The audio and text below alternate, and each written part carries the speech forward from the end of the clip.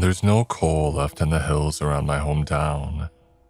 Even before the mountaintops were cleared, even before the trees withered and the water in the streams ran gray, we knew that the end was coming.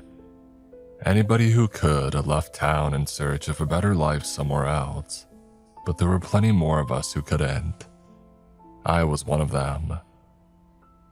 If you watch the news, you might have heard about some of the darker activities that folks out here turned to after the mines had closed down.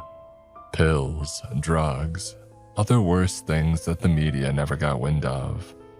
Like how Randy Clevewell and his brothers would park their pickup on the side of the highway and pretend to have broken down. And then when somebody stopped, well, you get the idea. They stripped the vehicles for parts, and then buried the bodies so deep in the woods that they won't be found until Judgment Day. More than once, Randy invited me to ride along, but I wasn't that desperate. Not back then, anyway. The pension that Ma received each month wasn't much, but between that, our garden, and a few deer per season, we managed to get by without hurting anybody else. One morning in November, I woke up to find the house cold. Ma usually turned on the heater before she made breakfast for the two of us, and I remember laying beneath all those blankets and praying that the propane hadn't run out early. If it had, we couldn't afford to replace it until next month. I knew that Ma was dead even before I pulled open the curtains of her bedroom. I'd like to believe that the overdose was accidental, but a letter that I found on her nightstand makes me think otherwise. It was from the mining company that Pa had worked for, announcing its own insolvency. Ma was too old and unhealthy to work, so I knew what the news meant for her. The end of her ability to feed herself and her family. The end of everything. Almost everyone in town showed up to Ma's funeral, and still the church looked empty. The Clevewell brothers gave me a nod from across the aisle. I looked at my polished black shoes and wondered if I was ready to take them up on their offer. There didn't seem to be much of a choice. And then, on the drive back through town, I saw something strange beside the closed-down diner. Now hiring. And those words that hadn't been seen in these parts for a decade, if not longer. And yet there they were, blood red against the white walls of a pop-up tent. I parked along the deserted curb and walked up to it before I even knew what I was doing. Two people sat behind a plastic table within, a man and a woman, 20-somethings, both dressed in matching blue vests. They were clean-cut, stylish, and they smelled like the city. The boy introduced himself as Jude, the girl Aisha. They shook my hand and asked how my day was going. I looked down at my funeral suit and thought better of telling them the truth. They wanted to know if I was looking for work. I told them that I was. They were all smiles as they indicated the folios beside them and suggested that I fill out the application inside. The longer the pair talked, the more uneasy I began to feel. The whole interaction felt scripted, and although their brochure was full of flowery language and sleek photographs, by the time that I got to the end of it, I still had no idea exactly what kind of work Jude and Aisha were offering. I had never heard of the company, Arcova Industries, and the pay they were offering wasn't much to brag about. Still, it was better than any other legal work those of us who were stuck here were likely to get. As I slipped the form into the box beside Jude and Aisha, I had the strangest feeling that I had already gotten the job. And as it turned out, my instincts were right. I got the call 2 days later while I was plucking the weeds from Mom's garden and wishing that I had paid more attention to how she had made it grow. I wasn't surprised to hear Aisha's voice on the other end of the line, telling me that my application had been accepted. I could come in Monday to sign the paperwork and begin my orientation. I did a double take when I heard the address that I was supposed to report to. It was the portal of the old mine. Portal. It was the word the industry used to designate the critical point of access to a mine system, the only way in or out of an underground world. And back when Pa was still alive and working down there, that was exactly how I had imagined it. A glowing electrostatic field straight out of one of the cheesy sci-fi movies that we got on the dish networks. It was only later, after the mine had shut down, and all of us kids had started hanging around the fenced-off ruins, that I understood that the portal was much more like a great black mouth in the mountainside. When I pulled up that cloudy Monday morning, the lights were on in the offices the mining company had abandoned. I recognized a lot of the vehicles out front too. Arcova Industries had built a series of large structures, almost like a warehouse linking the offices to the portal. From the parking area, it looked like a cancerous white growth on the side of the mountain. There were so many familiar faces in the bare white room that Aisha led me into that it seemed like a town meeting. Young and old, male and female, black or white, it didn't matter. Everyone had come in search of something that we hadn't had out here for a long time. A little bit of hope. It was Jude who gave the presentation, a fact which led me to question whether Arcova Industries had any employees apart from that pair of grinning city slickers. The gist of it was simple. Some of us would be going into the mine to drill deeper, while others would be transporting the broken stone or scanning it as it exited the pit. Scanning for what? I wondered. There was nothing of value down there anymore. Everybody knew that. Still, a job was a job, and we were all happy to milk it while it lasted. And the mine had closed down before I was old enough to go underground, but some of the older guys like Clive and Owen had experience with heavy equipment. They would be the ones drilling and moving the rock. The rest of us, like me, would be sorting or scanning on the line. By the end of the first hour of training, I was already bored to tears. There was nothing special about the lumps of ugly charcoal gray rock that came down the conveyor belt, or at least, nothing that set off the mundane scanners in our hands. They reminded me of the ones used in a supermarket, only heavier, as though their electronic guts were more complicated than that. I wondered queasily if we were testing for radiation or some kind of deadly pollutant.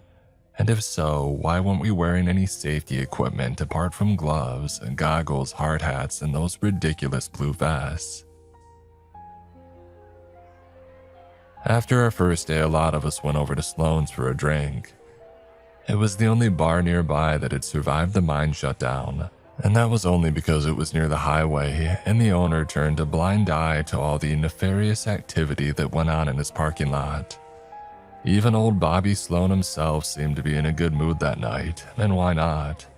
We were all buying rounds like there was no tomorrow. Maybe this whole thing was a sign that the luck of this forgotten little town was finally starting to turn. We spent all night speculating about who our new employers were and what they wanted. The theories got wilder the more we drank, but by closing time we were no closer to an answer than we had been when we had walked in the door. 3 months passed that way, and good months for the most part. Folks in town had money again, and it was honest money, no matter how odd or soul-crushing the work seemed to be. Most of us just spaced out until our shift was over, drank until we felt good about it, and then did it all over again the next day.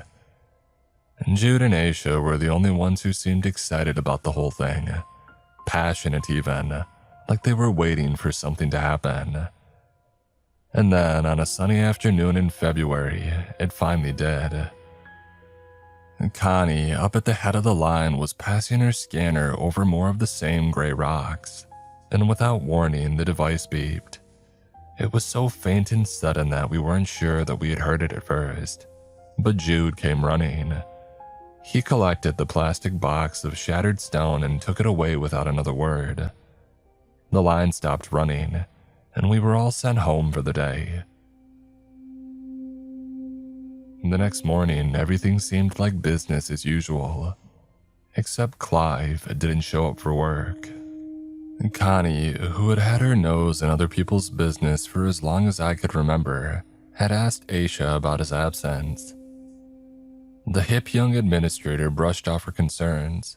Although she couldn't go into detail for legal reasons, she was confident that Clive was just fine.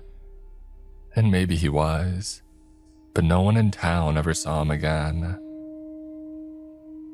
I wasn't as bothered by Clive's disappearance as some of the others were, and the guy had always been a flake, and everyone knew how toxic his relationship with his ex Jennifer was. Every other day he swore that he was going to pack his bags and leave town, and I couldn't say that I blamed him. I had had some similar thoughts myself. As the money piled up, I started to speculate about how much I would need to start over someplace new. In a few months, I would have enough to seriously consider the idea, but for the moment, it was back to scanning rubble. It wasn't long before Jude came to me with an awkward request. Since I was the youngest and fittest one on my crew, he wanted me to take Clive's place within the mine itself.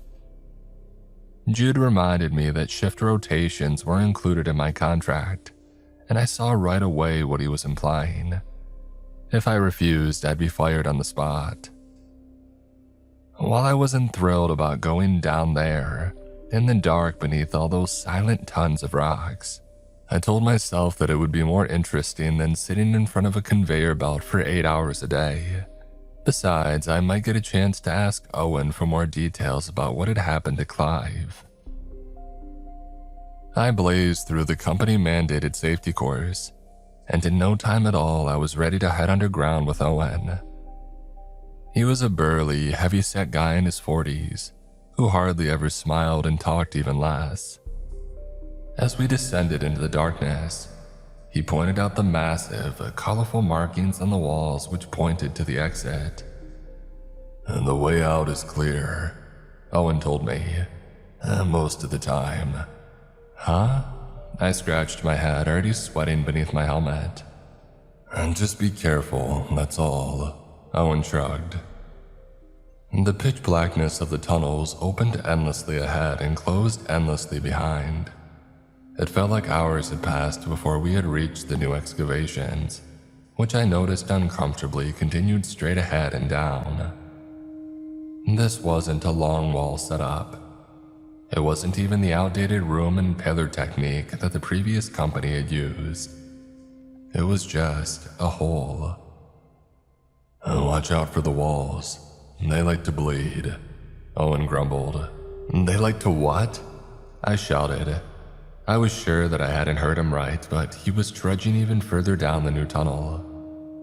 It wasn't long before we had reached its end, and an even more obvious question occurred to me. "How do we know where to dig?" I asked Owen. "Like this." I realized that the big man had a device hanging from his belt, one that wasn't so different from the scanners that we used up above. He moved it slowly along the rough-cut stone until it beeped. "Here," Owen tapped the rock. "We dig here." While we split stone and transported the rubble up to the scanning crew, I thought over what Owen had said. The way out is clear most of the time. Watch out for the walls. They like to bleed. I had gone to school with Owen's younger brother, and I remembered him as the sort of guy who would tie a burning rag to a stray cat's tail for fun. He was probably just messing with me, making me sweat a little for being the new guy. We worked in silence for a few hours, and then, just before our lunch break, I noticed a thin trickle of liquid running down the wall beside me.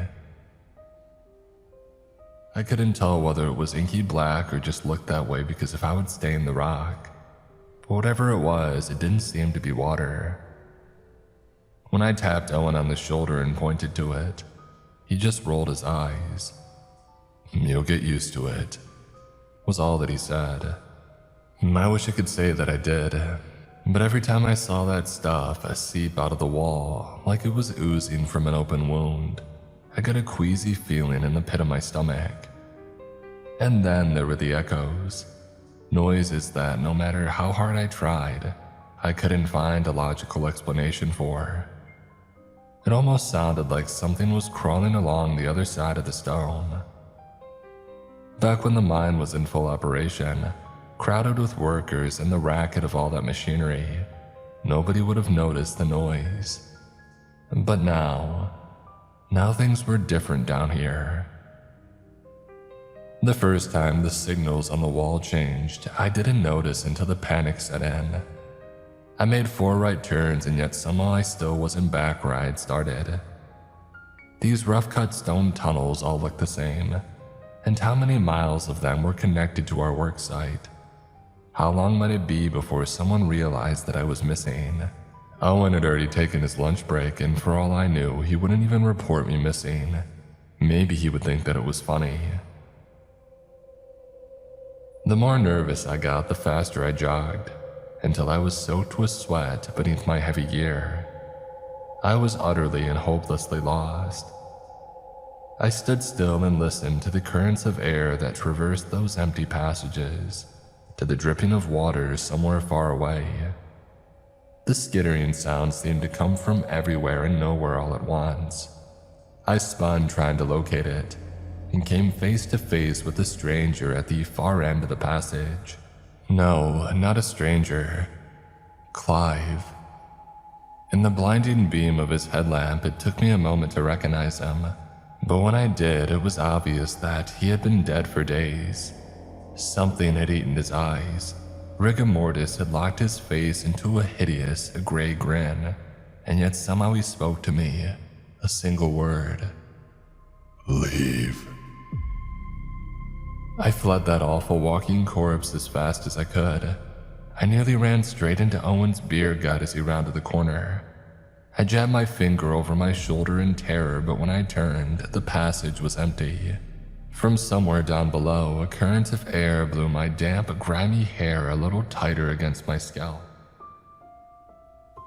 Why'd you sneak off to take a piss or something? Owen sneered. Too good to use a bottle like the rest of us. He shook a little plastic jug full of yellow liquid.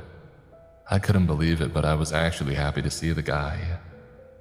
The mean glint in Owen's eye suggested that he knew exactly what had just happened to me. Maybe he had even gone through similar experiences, but as long as it wasn't happening to him, he clearly thought the whole thing was hilarious. I wish I could say that it ended there, but it didn't. Each week we tunneled deeper, and the further we went, the more frequent those hallucinations, if that's what they were, became. I would hear voices calling my name or smell Ma's unforgettable biscuits and gravy from the end of a passage that led to nowhere. I'd feel something pull angry at the roots of my hair, but when I turned, there was only Owen, standing a few feet away and cursing under his breath as he drilled. According to the crew above, the scanners were going off more often, and Jude and Aisha buzzed along the conveyor belt, boxing up rocks and shipping them off to God knows where. At the end of the 3rd week, our drills punched through to empty air. Owen and I paused, looked at each other, and cleared out more rock around the opening that we had made. This wasn't just an air pocket or the sink of a creek. There was some kind of chamber on the other side. I couldn't tell how big it was, but our headlamps barely made a dent in all that darkness. We had returned to the portal to tell Jude and Aisha what we had discovered, but they were gone, replaced by a man in a white lab coat with newscaster hair and a plastic smile. There was nothing sincere in his dry, overly firm handshake, but when I described the chamber down below, he listened with complete attention. After I had finished, he congratulated us and thanked us for our findings. He introduced himself as Dr. Atwood and then announced that it was time to move on to the next phase of the operation. There were several crates of new equipment stacked up beside the door. Among them were several ugly, futuristic-looking helmets with even more powerful headlamps and integrated recording gear. Owen, right? Dr. Atwood squeezed the big man's shoulder, or at least as close as he could get to it. You'll go first. The cameras can only stream for 3 hours straight, so make it snappy, alright. It took a while for the big man to process the fact that he was being sent back down there alone. I wonder now whether Dr. Atwood had planned the whole thing, knowing that no matter how afraid a man like Owen was, he would never chicken out in front of his entire work crew, especially considering how a lot of us were people who he had frightened or bullied over the years. He took off his helmet and ran his fingers through his thinning, greasy blonde hair. Yeah, whatever, boss. We watched him go in silence. Everyone stared at the floor, thinking different versions of the same thing. That somebody should say something, that something was wrong here, that none of this was what we had signed up for. Dr. Atwood clapped his hands together. Well, now we all can take a little break. I brought coffee and donuts. Dr. Atwood scampered off, leaving us alone with 2 thermoses of lukewarm coffee and a box of stale old-fashions. There was no sign of Jude or Aisha, and nobody felt like eating much. Somehow accepting Dr. Atwood's gift felt like making a deal with the devil. An hour passed and then 2. We ran out of things to talk about. Our eyes kept drifting to the yawning black mouth of the portal, and to the clock. 3 hours and 30 minutes had passed when the buzzer rang for quitting time, and Dr. Atwood emerged from wherever he had been hiding to shake our hands and thank us for a job well done. And get ready for a big day tomorrow, he told us. Connie squared up with her hands on her hips and said she wanted to wait for Owen. A few of the others agreed, and Dr. Atwood informed her that that was against regulations. Connie had just started to tell him where he could stick his regulations when he leaned in, quick and close as a striking snake, and whispered something in her ear. When Dr. Atwood lifted his head, he was all smiles once again. Connie, meanwhile, had gone pale. She grimaced while she shuffled toward the exit, and when we asked what Dr. Atwood had said to her, she only shook her head. We all arrived early the next morning, eager to hear what Owen had to say, but Dr. Atwood announced that he had already gone below. I had a nasty suspicion that what he really meant was that Owen had never left, a feeling that only intensified when he told me that I would be going down next. I could have quit right then. I had saved up enough to survive for a couple months, maybe even enough to leave town, if I didn't mind sleeping in my truck and using 24-hour gyms as my only source of showers and Wi-Fi. By then, however, it wasn't about the money. I had to know what I had been a part of these past months. The brave smile that I tried to show Connie and the others probably looked more like a scowl, but no one said anything. This job was the last chance for so many of us, and not admitting to the strangeness around us seemed to be the only way that we could keep it. I buckled on my helmet, picked up my gear, and walked alone into those black tunnels. I kept expecting to experience something strange during my walk down to the chamber, but I didn't see or hear anything, not even the light of Owen's headlamp. As I poked my head into the vast empty space, I remembered uncomfortably that Dr. Atwood, and who knew how many others, were watching all this live. The walls of the chamber reached much higher than even my new high-powered headlamps could reach. They sloped inward and up just as the ground beneath my feet sloped down, creating an enormous egg-shaped room. I followed Owen's footprints in the cave dust very, very carefully. The idea that I might slip and tumble into a pit whose bottom I still couldn't see made me tense enough to snap. As I trudged down the incline, I became aware of tiny indentations in the grit around me.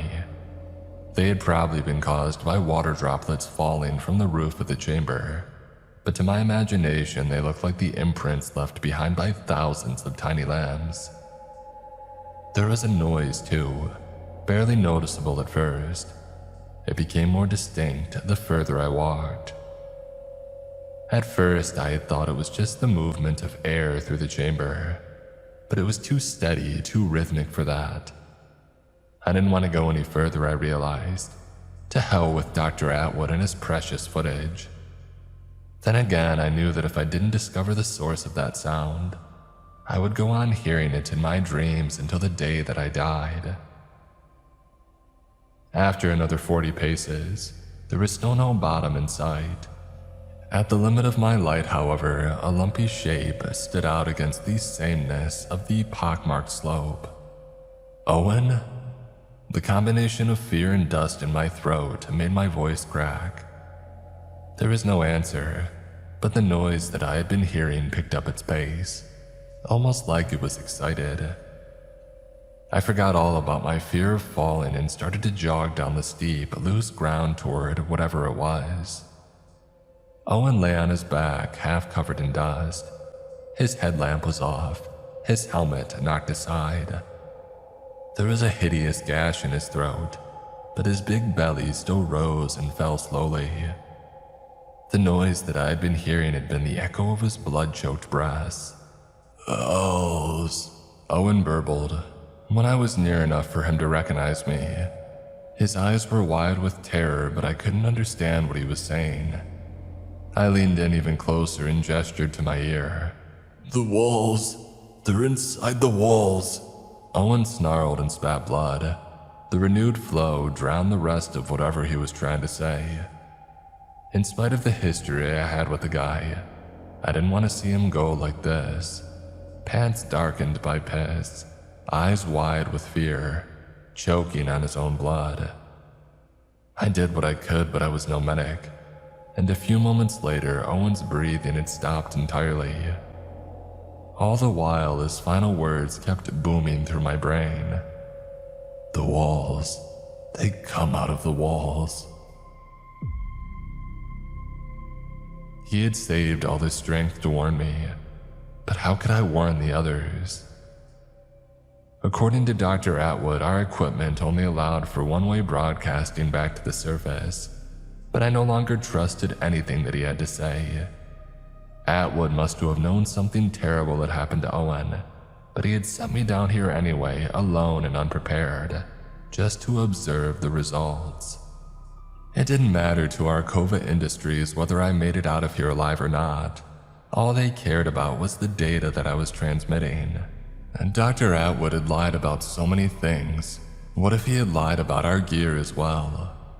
I fiddled with the dials and buttons on my helmet, sure that there had to be a way to reach the others. All the while, I swept the beam of my headlamp back and forth through the darkness, sure that when I turned around I would see some unknowable horror crawling toward me. After 10 minutes of trying, I still had nothing. I would have to try to make it back on foot if I could. If I would even be allowed to. For all I knew, Arcova Industries had a pair of goons in biohazard suits waiting at the entrance to the tunnel just for such an occasion. The silence of the chamber made any motion painfully loud, and that was how I noticed the chittering. Just as I had feared, and just as I had somehow known, it was coming from the depths below me, and moving faster than I could possibly run through all of that loose cave dust. Visions of Owen's mangled body flashed through my brain, and then I remembered his headlamp. It had been off, not because it had burned out, but because he had switched it off. Was the light what had drawn something out of the darkness? Was that what they had been attacking when they had mutilated Owen's face and neck? Maybe extinguishing the light had been the only reason he had survived to pass on his warning. The thought of being trapped in pitch blackness with whatever was coming was terrifying, but it was my only chance. I turned off my headlamp, lay down in the dust, and played dead. The rustling of hundreds of tiny legs came closer with every breath. Eventually, I tried not to breathe at all. The approaching sound slowed, wandered from side to side as though confused, and then finally faded into the distance. I sucked in a breath of chalky cavern air. I felt around with my hands until I found what I hoped was the imprint of a boot in the dust, and began a slow, lightless crawl back up to the surface. Every time I extended my hand, I expected it to brush against some horrible insectoid body, I cringed when my fingers finally brushed against hard rock. I had found the tunnel, but what now? When I finally dared to turn on my headlamp, the light was blinding, but there were no armed guards waiting for me. No nightmarish creatures with too many limbs. Still, Arcova Industries had to have a plan for what they had discovered here. Some kind of contingency in case something escaped, didn't they? I was halfway back to the surface when a speaker crackled to life inside my helmet. I had been right after all. There was more to our equipment than met the eye. I recognized Jude's voice on the other end, panicked, gasping, half drowned out by glass shattering in the background. Dr. Atwood. Dr. Atwood, scanning crew, missed one. It hatched. The lab is. What do I do? Jude, this isn't a secure line. Atwood replied, his voice ice cold. Switch to channel 7. The conversation vanished. Now I understood what we had been scanning for, and why those crates of rocks had been taken away. Although Owen had no way of knowing it at the time, his description of the walls bleeding had been eerily accurate. There must have been eggs inside the stone. The real treasure Arcova Industries was digging for was something more valuable than coal or gold, and much more dangerous. I ran as hard as I could toward the portal. Every time I blinked, I saw the faces of my crew. They were friends and neighbors who I had known for years. Some of them, like Connie, were faces that I had seen before I could walk. For all I knew, whatever had gotten loose was already attacking them. Distracted by my thoughts, I failed to pay attention to the signage on the walls and how it had changed. Once again, I was lost, and this time there was no Owen to show me the way back. I took a deep breath and I tried to think. I thought about the hallucinations that I had experienced. Was it possible that they had been meant as some sort of repellent? Was it possible that these creatures in the walls were releasing some sort of pheromone or frequency that affected our senses? I closed my eyes, placed my hand on the rough-cut rock, and retraced my steps to the first corner I remembered turning. When I opened them again, I had found my way back. 15 minutes later, I had reached the portal. The conveyor belt was stopped, the scanners abandoned, the line empty. Where the hell was everybody? I walked heel to toe as I crossed that wide warehouse floor, so silent that I could hear the buzz of the industrial lighting overhead. The stillness seemed to be hiding something. I didn't like to think about what. With gritted teeth, I made my way to the exit and I pushed through the door. It shrieked on its hinges. I cringed, then noticed something further along the corridor that chilled my blood. Part of the wall had swung outward, almost like a secret passage.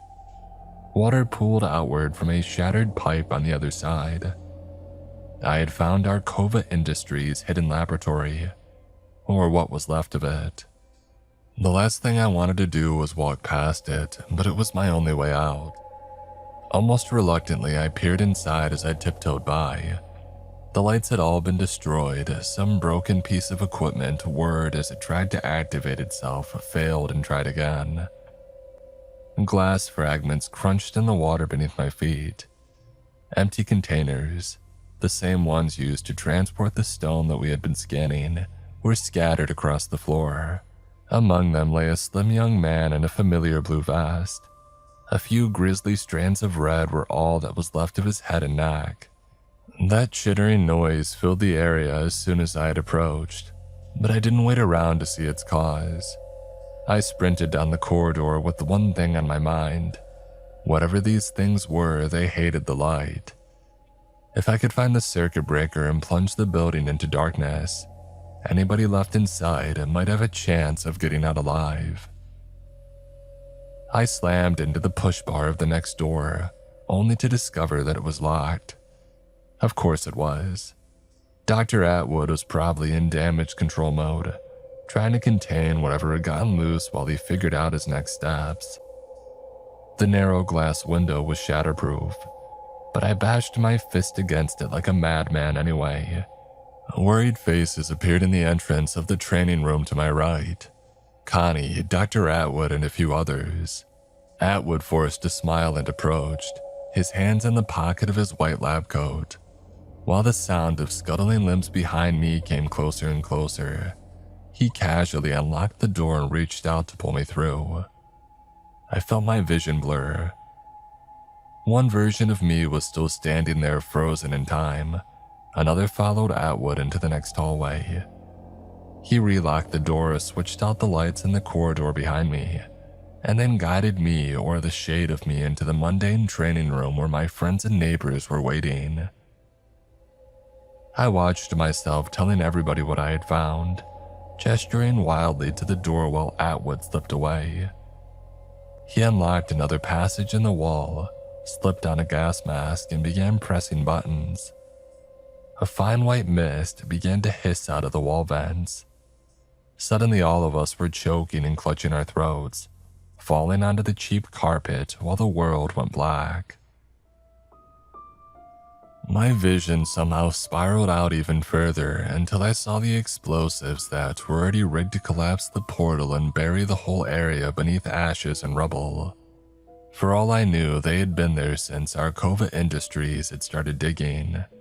Maybe they knew exactly what was down there, and that was why they had sent a skeleton crew of 3 to direct the rest of us. Expendables who could be discarded once they had what they had come for. The mine's prior owners could be blamed for the cave-in, and the destruction would bury any evidence of what they had done. After all, who would investigate any further? It would just be one more tragedy for a little town that had already seen so many. I wondered how I was being made aware of all this. Was the same pheromone that had affected our minds in the tunnels being directed at me now to show me what was coming? It occurred to me that, like any living thing, whatever was in the hallway behind me simply did not want to die. It had killed Owen and Jude, but now I was its last, best hope of survival. My mind snapped back to the present. Dr. Atwood placed a reassuring hand on my shoulder. He was trying to urge me through the door and proceed with the rest of his plan. My high school football days were far behind me, but I could still throw a mean shoulder check when I needed to. The blow took Atwood by surprise. It sent him careening back across the floor, leaving the door behind me wide open. My friends and neighbors looked up at me with shock in their eyes, and I realized that I had no idea what to say to them. Atwood groaned and climbed to his feet. It was now or never. "I can't explain, but we've got to get out of here, all of us, right now." People glanced at each other uncertain, and then Connie lurched to her feet and started toward me. "Well, come on," she told the rest of them. "We should have known it was too good to be true." "Stop," Atwood bellowed. All traces of that phony smile had disappeared, replaced by a look of wild obsession. He pulled a pistol from his pocket. "Get back in that room." He waved the weapon wildly, the door behind him forgotten. I can't describe the thing that I saw rising up over his back, but it was more than enough to convince my workmates that everything I had said was true. As its limbs closed around Dr. Atwood, I sprinted to the end of the second corridor and switched off the circuit breaker. The facility plunged into the blood-red gloom of emergency lighting, but none of us needed to see to know the way out. We had had parents and grandparents who had worked in these mines, who we had brought lunch boxes to or ran up to hug after a shift, careless of the grime that covered them. Screams, darkness, slamming doors. I kept running, praying that everyone would follow. We had just cleared the final corridor when the detonations had started. Distant at first, like thunder, they grew louder as they approached. The ground shook. Atwood must have had a dead man's trigger. Nobody was foolish enough to go for the vehicles. We aimed for the woods instead, where the brittle pine trees might help to deaden the impact of blast-flung rocks and the landslides that were soon coming. No one called the police. No one needed to. We heard sirens even before the rumbling stopped. More help came from the next town over, but there was little to be done. Nothing alive was coming out of that mine. Nothing human anyway. Our descriptions of what happened left the investigators scratching their heads. Some, like Connie, provided a tale full of mad scientists and cave monsters. Others simply stated that everybody had been called into the meeting room. I ran by with my warning and then the mine collapsed. At the time, I went with the second version. I wasn't sure who I could trust or what the consequences of telling the truth might be. But more than that, I was tired. Arkova Industries had already taken so much from me. My time, my energy, my hopes for the future, and very nearly my life. When I packed my truck and left for Arizona, the inquiry was still ongoing. At the end of the month, I received my final paycheck from Arkova Industries, along with an official letter informing me of the company's permanent closure. It was eerily similar to the memo that Ma received, except that instead of an end, it felt like a beginning. Where had the other crates that we had scanned gone? Did the things beneath the mountain survive the blast? I never learned the truth behind any of it. It's been years since I breathed anything other than clean desert air, but my dreams still follow those winding tunnels underground. Sometimes I wake up in a cold sweat, wondering whether I ever actually left. After all, the hallucinations that those things pumped into my mind were so vivid, so real. How can I be sure they ever really ended?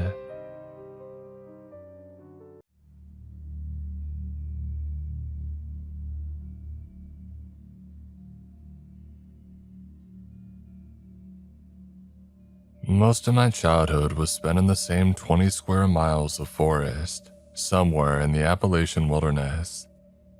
I lived there with my mom in this cabin she claims to have built with her own two hands.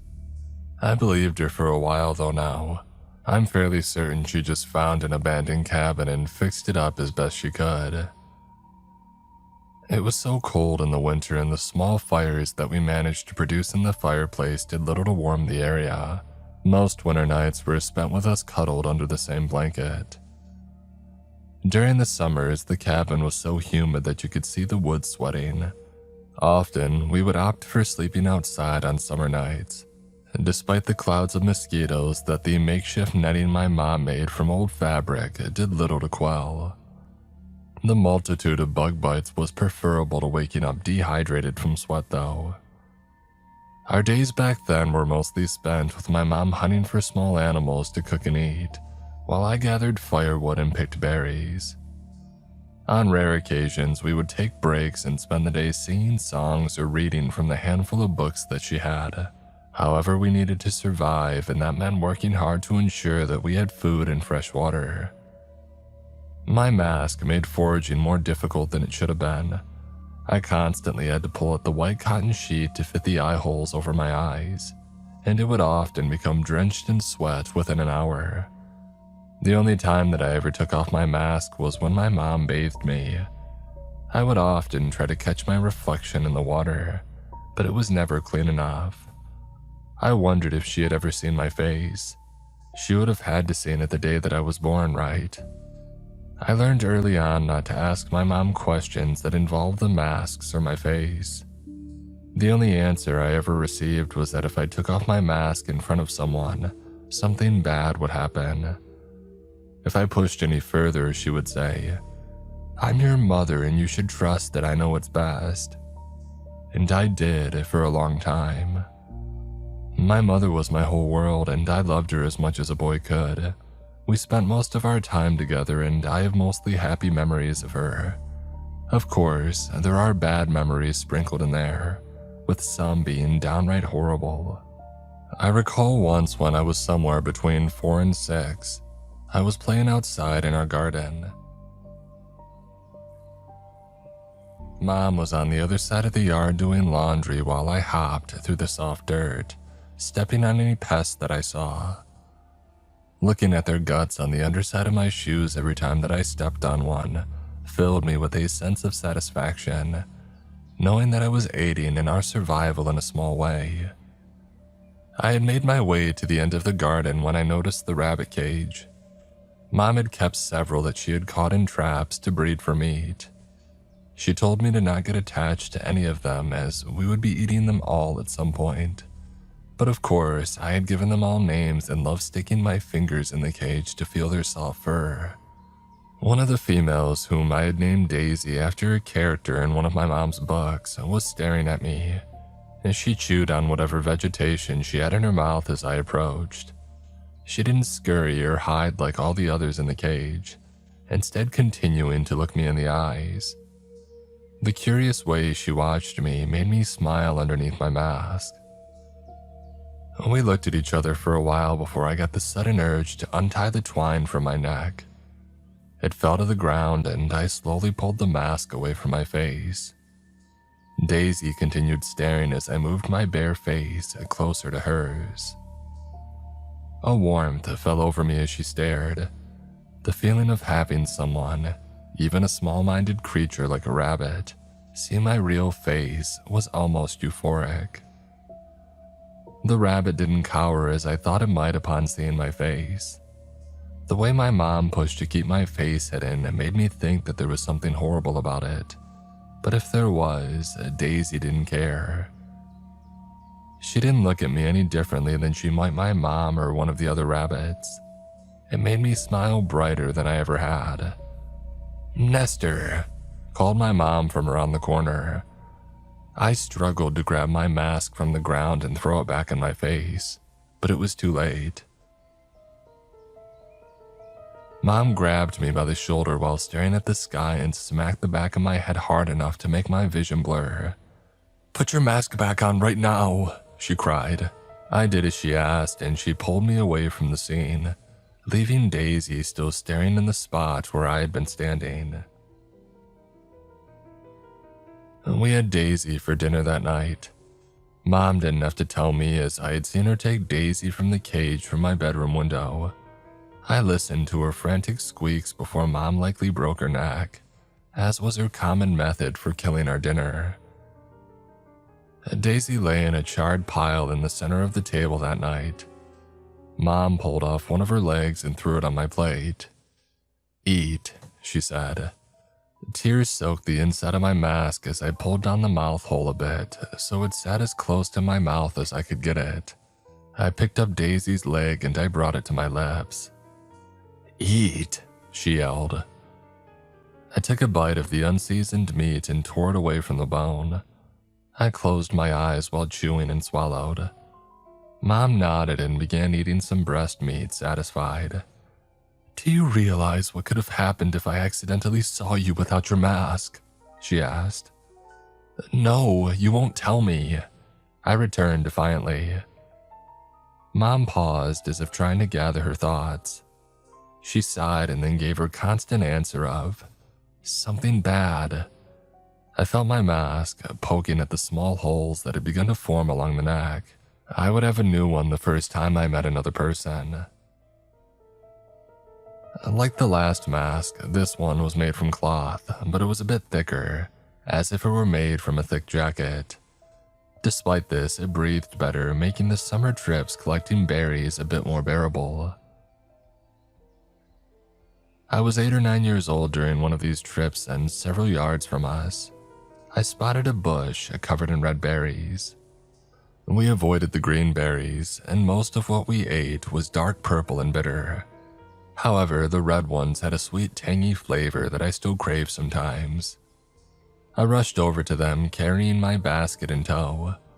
I hadn't gotten used to my long legs and arms from my growth spurt earlier that year, so I awkwardly flopped around before reaching the bush. As I approached, it moved a little, like something was inside. I moved closer, assuming that it was a squirrel or some other small critter that I could easily fight off. A mop of blonde hair poked out from the side of the bush. I rounded it to see the back of a kid. They turned as soon as I had approached, and I was met with a blue-eyed, skinny blonde girl. She was around my age. Her hair fell past her shoulders and it was full of leaves.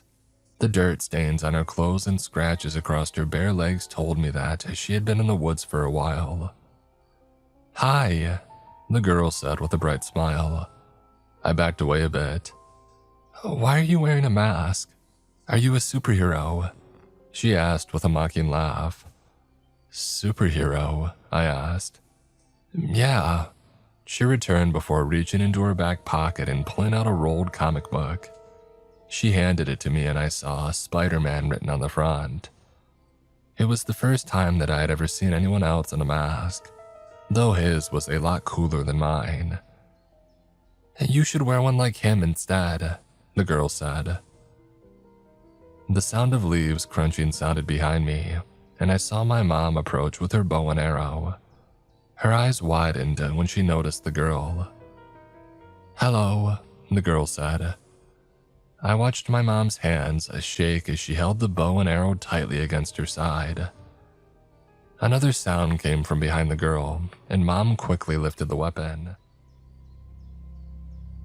It was a man with a large brown beard. He spotted my mom and instantly threw his hands up in submission while slowly moving in front of the girl. "Who are you?" Mom asked. Hello," he said. "I'm Monty and this is my daughter Jamie. We're camping nearby. Sorry, I didn't know that we were on someone's property." Mom refused to lower the bow and arrow. "You need to leave." "Is this your property?" the man asked. Mom bit her lip and her arm started to shake. "Yes," she said. "Would the parks office confirm that if I called?" he asked. Mom lowered the bow a little. "Jamie, why don't you go find some firewood?" he said. "But Dad..." "Go." Jamie pursed her lips and glanced at me before stomping away. "Look, if you're this deep in the woods, I assume you're hiding from something just like we are," he said to my mom before looking at me and raising his eyebrow. "We don't want any trouble, and I don't care what you're doing out here, honestly." "You see that tree?" Mom said, pointing to the tallest one in the area. "Don't cross it again. You or your girl." "You got it," Monty said with a smile, and with that, my mom lowered her weapon. "I was just bluffing, by the way. I ain't got a phone. It's too easy to track." Mom grabbed me by the arm and pulled as we started walking back home. "If you ever want to trade some of your kills, let me know," he said. "We've got plenty of beans and rice." Mom ignored him. "We're in the RV down the trail about 2 miles, he called. I looked back and saw the girl waving. I didn't stop looking until they disappeared in the distance. I helped Mom gut the rabbit that she had caught for dinner, holding the bag for the innards as she ripped them out of the small creature. She hadn't said much since we met the father and daughter in the woods, and I couldn't tell if she was concerned or mad. I knew I should avoid bringing it up, but I couldn't help myself. "I thought you said there was no one else in these woods," I said as she placed a handful of viscera into the bag.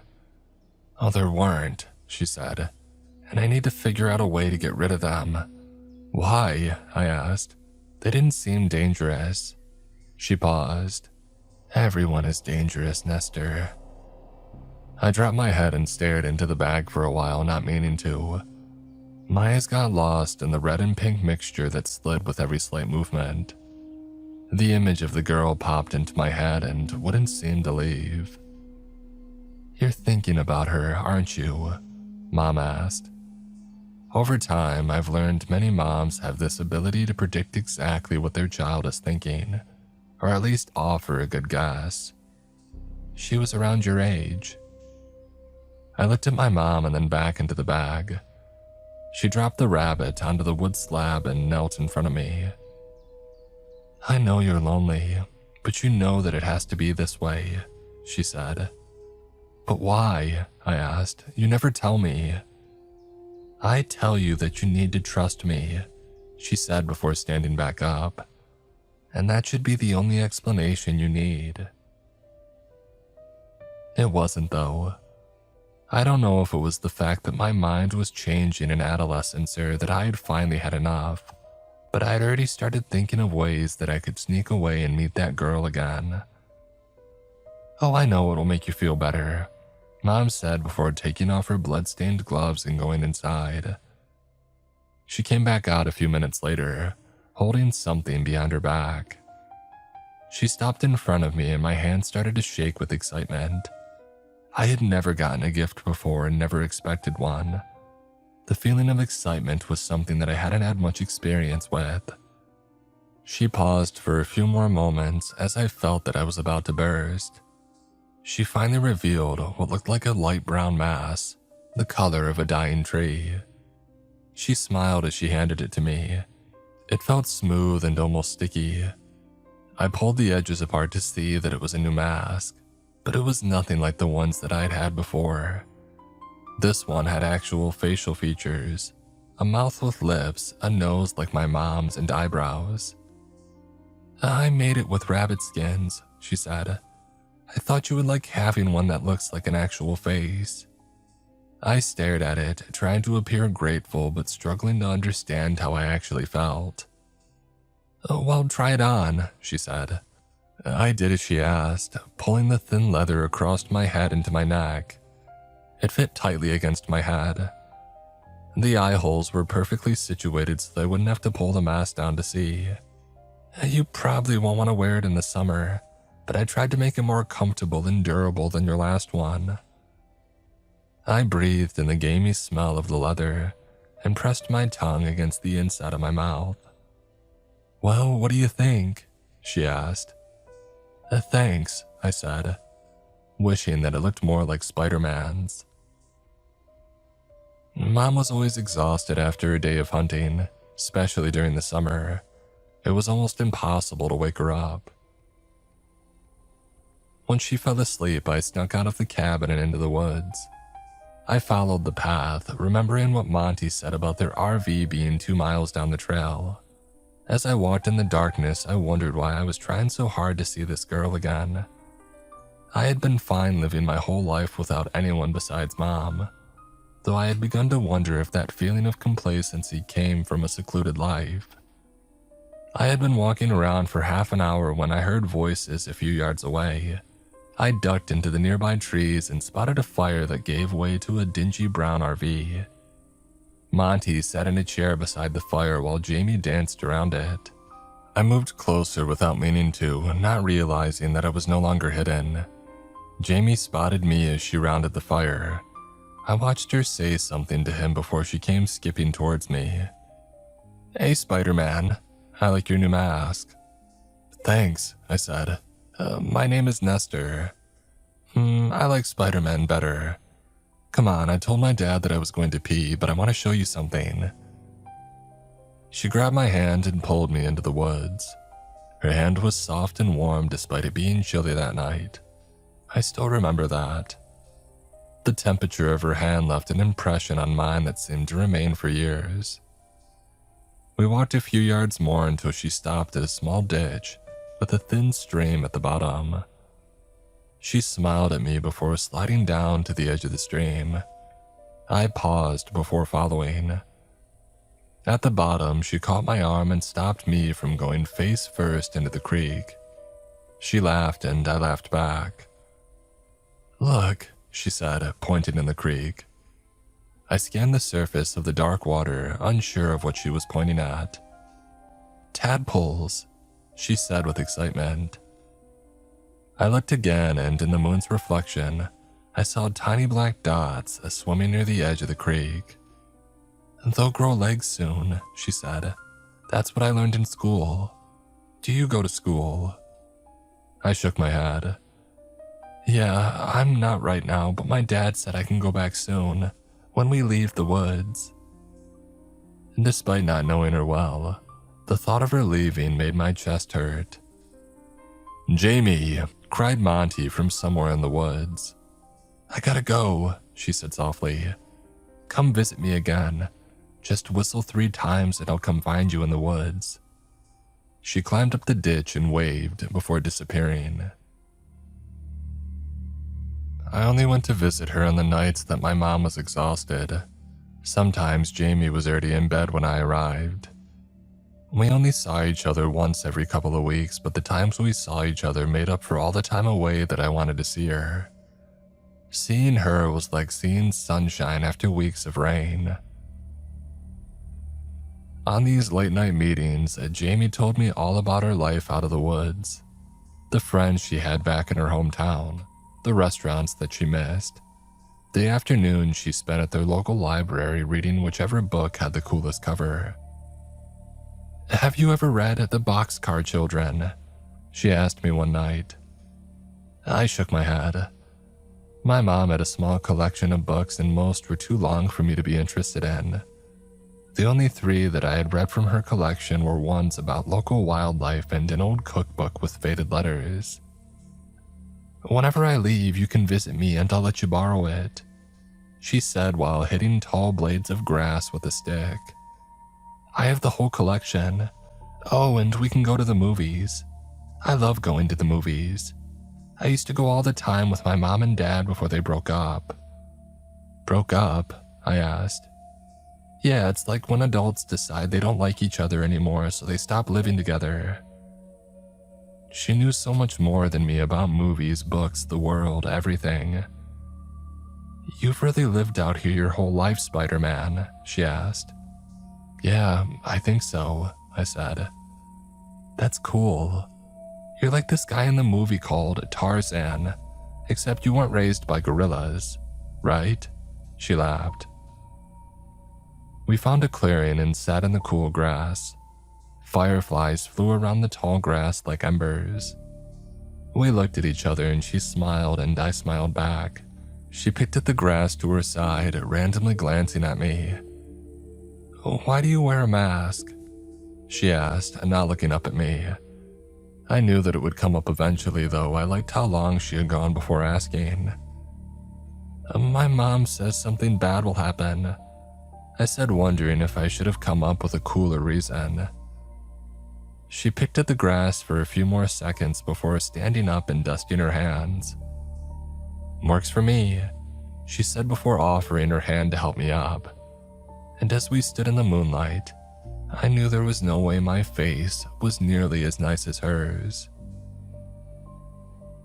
We had met each other every few weeks for around a year without either of us getting caught, and I got the feeling that her dad wouldn't care as much as my mom would.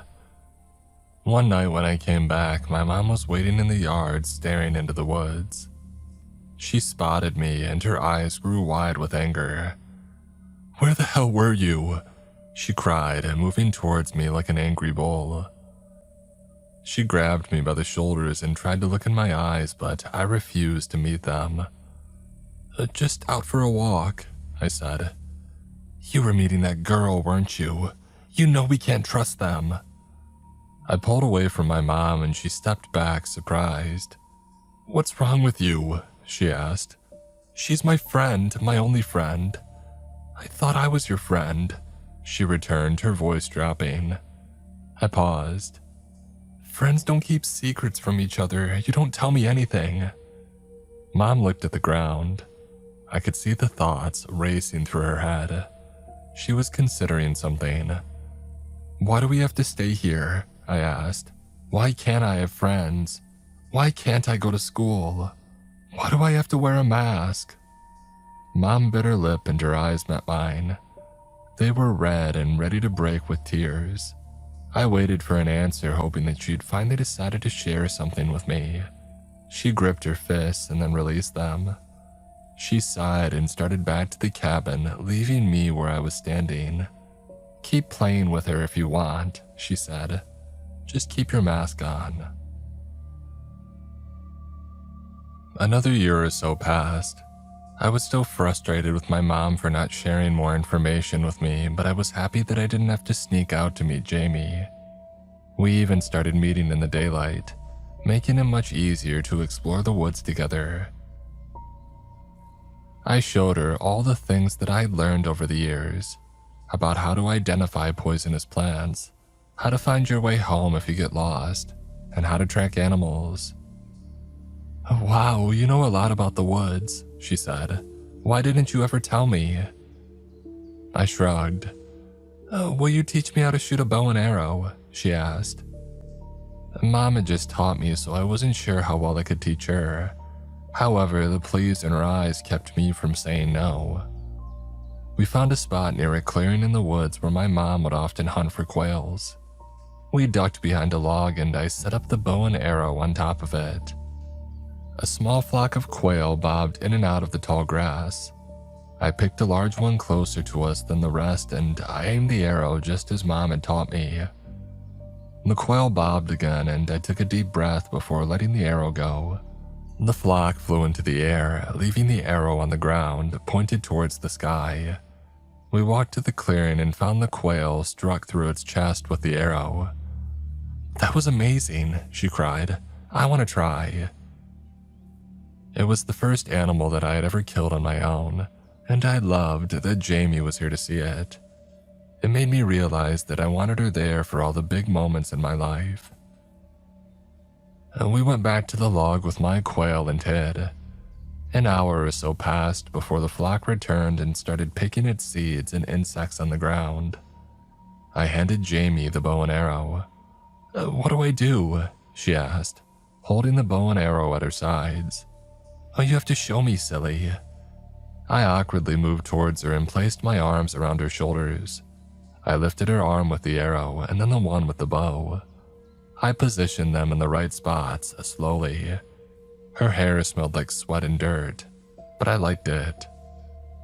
You have to aim and take a breath before shooting," I said.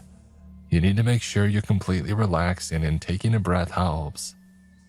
"Okay," she said. "How far do I pull the string back?" I gulped before putting my hand over hers. She breathed quickly as if I scared her, but quickly settled into my arms. I cupped my hand around hers and pulled the string back. She looked at me and smiled.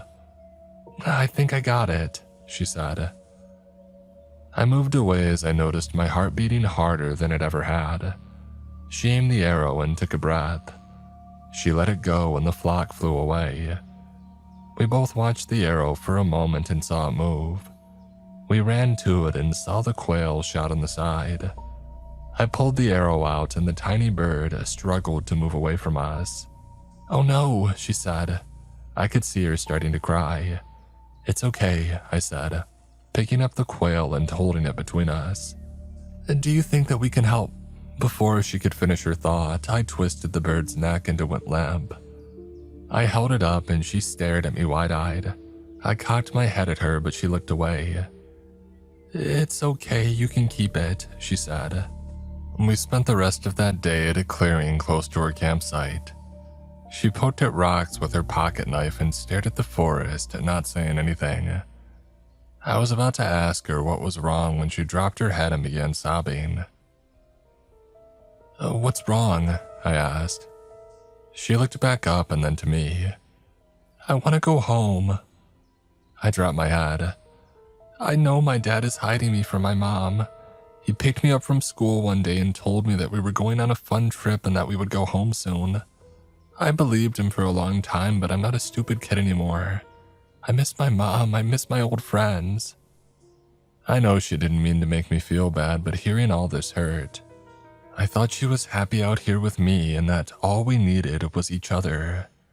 "I want to leave," she said, "and I want you to go with me." I sat back. "What? I can't leave." She pursed her lips and set her head on her knees. "Why do you wear that mask?" "I have to." "Well, because your mom says." I paused and then nodded. "Your mom's lying just like my dad is. I bet you $1 million that nothing will happen if you take off your mask right now." She moved her hand towards me and gripped the neck of the mask. I pulled back and she let go. She paused and tried again, and this time I allowed her to untie the twine. Everything seemed to move in slow motion as she gently pulled upwards on the mask, careful to avoid yanking too hard around my nose and eyes. Everything went black as the last bit of the mask traveled up my face, but then Jamie's smiling face greeted me with the sun behind it. We stared at each other for several moments.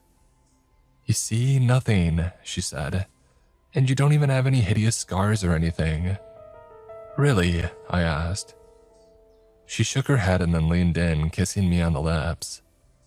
My eyes widened in surprise for a moment, but I quickly relaxed as it felt right. Perfect. She pulled away and smiled again. My smile was so big that my cheeks started to hurt. "Let's leave, tonight," she said. "Tonight?" She nodded. "I can grab food and stuff to last us a while, and you can use your forest knowledge to lead us back to the road. Some adults will have to pick up some kids they see on the side of the road. I'll tell them where my mom lives and we can go back there." "Your mom would let me stay?" I asked. She nodded. "Well, of course." She stood up and offered her hand to me. I took it and pulled myself up. "Meet me here when the moon is in the center of the sky," she said. 1,000 thoughts went through my mind as I stood there, holding Jamie's hand. I wondered if this was really a good idea, if my mom would be okay without me, if I was ready to leave the woods. But I knew that I could do all of it as long as I was with Jamie. I nodded. She started out of the clearing with me a few feet behind her. She paused, causing me to stop. She stood still for several seconds with her arms at her sides, the pocket knife in her hand shaking. "Jamie, are you okay?" She turned to me with wide eyes and her mouth clenched. "Jamie." I moved towards her, but she lifted the knife. I stood frozen as she moved it towards her head, holding it a few inches from her cheek. "Jay." She stuck the knife deep in her face and I screamed. She pulled against the handle, dragging the blade along her face. I ran to stop her, but a kick to my stomach sent me to the ground. Jamie continued cutting her face, dragging it along her forehead and down to her ears. I leapt up to stop her again, but again and again she managed to keep me away while continuing to slice her flesh. "Jamie!" cried a voice from the woods. Monty distracted me for a moment as he came running into the clearing from behind me. "I heard a scream," he said while approaching, and noticed the knife in Jamie's hand and the blood running down her neck. "Jamie!" he cried. He ran quickly towards her, glancing at me along the way. He paused a few feet behind me and I stood between the two of them as the horrible sounds of Jamie's knife still working down her face filled my ears and made my legs immobile. Monty stared blank-faced at me for a moment and then dug into his pocket without looking down.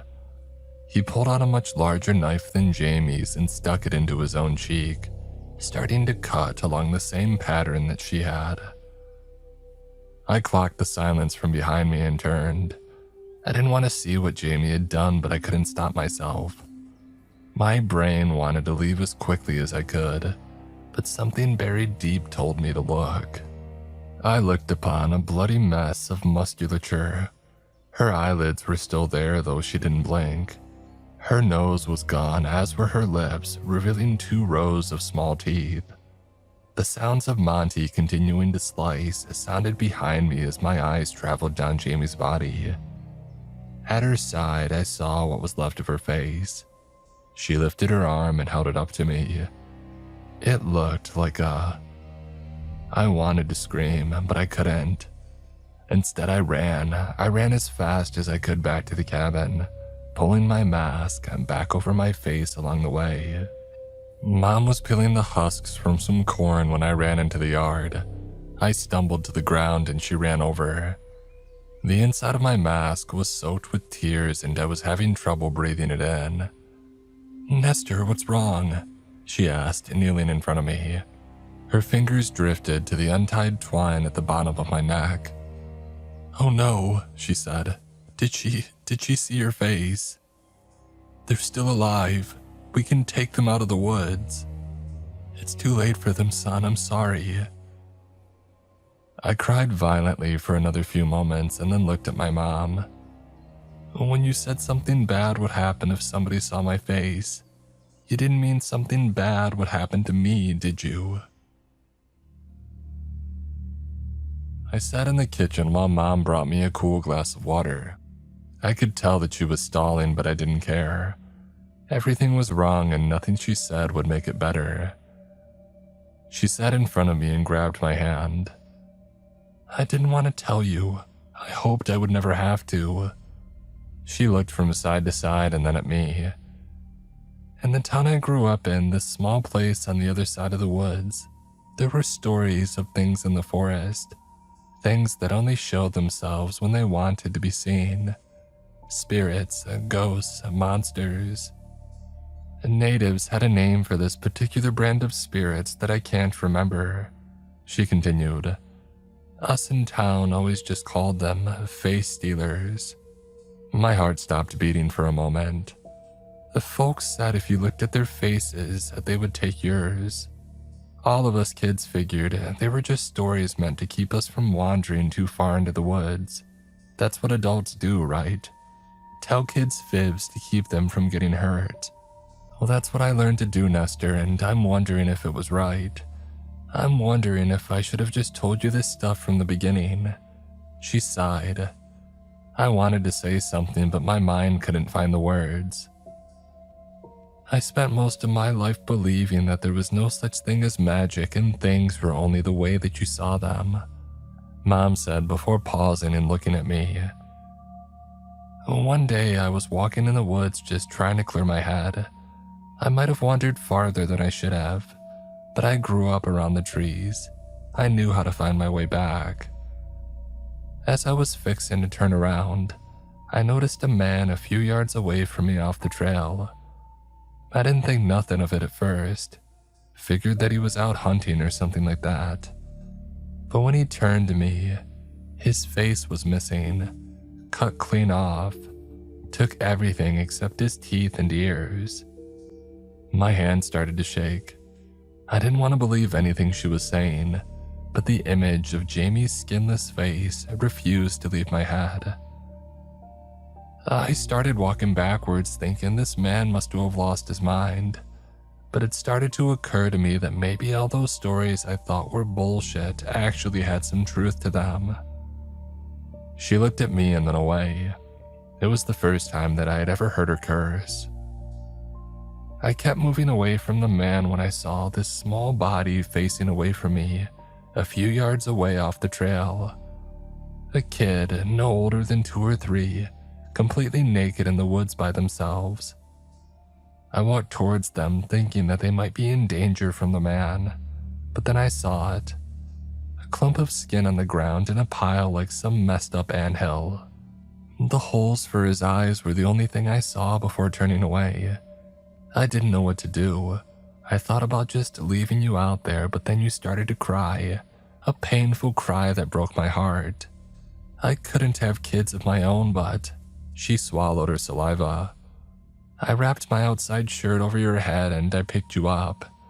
And when you wrapped your tiny arms around my neck, I knew that I had to protect you.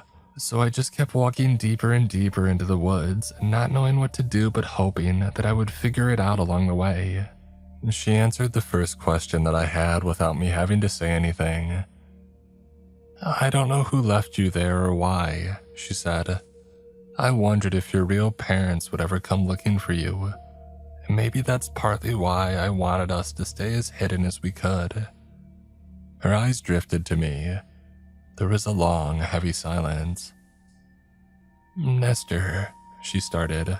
I don't want to ask, son, but I think that I have to. When your friend did what she did you like it? Of course I didn't like it, I thought as I wandered back through the woods. I didn't have time to examine my emotions at the moment though. I thought that I was terrified, but had I confused excitement for terror? The sun was beginning to set when I made it to the spot where Jamie and Monty lay. They were both on their backs, and their bodies still against the bright green grass. I warily approached, not wanting to see what had become of their faces, but unable to stop myself. I stopped just shy of their bodies and noticed something on the ground. A small mound of pink flesh stared back at me, and I knew that it was her face. I didn't move for a few moments, my stomach turning at the idea of what her face might look like detached from her body. But still I moved towards it, seeing a few insects had begun picking away at the flesh. I picked it up and dusting the small creatures away while feeling the softness of the flesh between my fingers. As the stinky blood coated my palms, I felt the side of my mouth begin to curl into a smile. I gasped and dropped Jamie's face before running away from the scene, wiping the blood from my hands onto my pants. I sat in my room staring at the wall for a long time. My body still buzzed from the feeling of Jamie's face between my fingers. The fear and sickness had all disappeared, instead replaced with an elation that I had never experienced. My body felt light and the constant fear and anxiety that usually filled my brain had gone away. I felt confident and more intelligent, though it seemed impossible at the time. I sat with the feeling, not wanting it to leave. However, when it did, I felt worse than I ever had. A dark cloud seemed to surround my head as my body felt heavy and bound to the space around me. The realization that I would never see my best friend again came rushing into me, and the guilt of knowing that I had caused her death made me wish that I were the one lying lifeless in the grass instead of her. I cried for the next few hours until it felt like I had no tears left. My mom had come by to check on me several times but avoided coming into my room. "Just let me know if you need something, okay?" she had asked once. I heard her move to her room and shut the door. She never closed her room at night before that day. I could tell there was something different about her, and it had become more evident over the next few days. She no longer walked around the house like an authority figure, but more like someone trying to avoid eye contact with a mean dog. She never brought up the incident again, and I was thankful for that. The guilt of killing Jamie never went away, though neither did the remembrance of that ecstasy that I experienced afterwards. It created a temptation in me to go out and find someone else to whom I could show my face. It became a regular craving. Usually it was more like one might crave sugar after going a long time without any, but some nights it was almost comparable to starvation. It became so bad that one day I saw my mom working outside, busy and distracted with chores. I approached from behind and started removing my mask without thinking. My mom heard me approach and spun around, dropping the garden hoe that she had been using. The look of fear in her face, the woman who had ensured my survival, who had loved me despite knowing that I was a monster, seeing her that terrified of me, it almost hurt worse than Jamie. Mom slept with a chair against her door that night and for most nights after. While she was sleeping one night, I snuck into her craft room, spotting a large needle that she used on leather. I grabbed it, taking a thick roll of twine as well. Jamie's face flashed in my mind. First, her face the first time that I had met her, followed by the last time. I knew it was horrible, but my emotions and my brain weren't matching, and at the time I felt like my brain was right. If the cravings weren't going to stop, then I needed to prevent my mask from ever coming off again. I took the needle and twine and held them to my neck for a moment before taking a deep breath. The needle punctured my skin, and then the mask leather.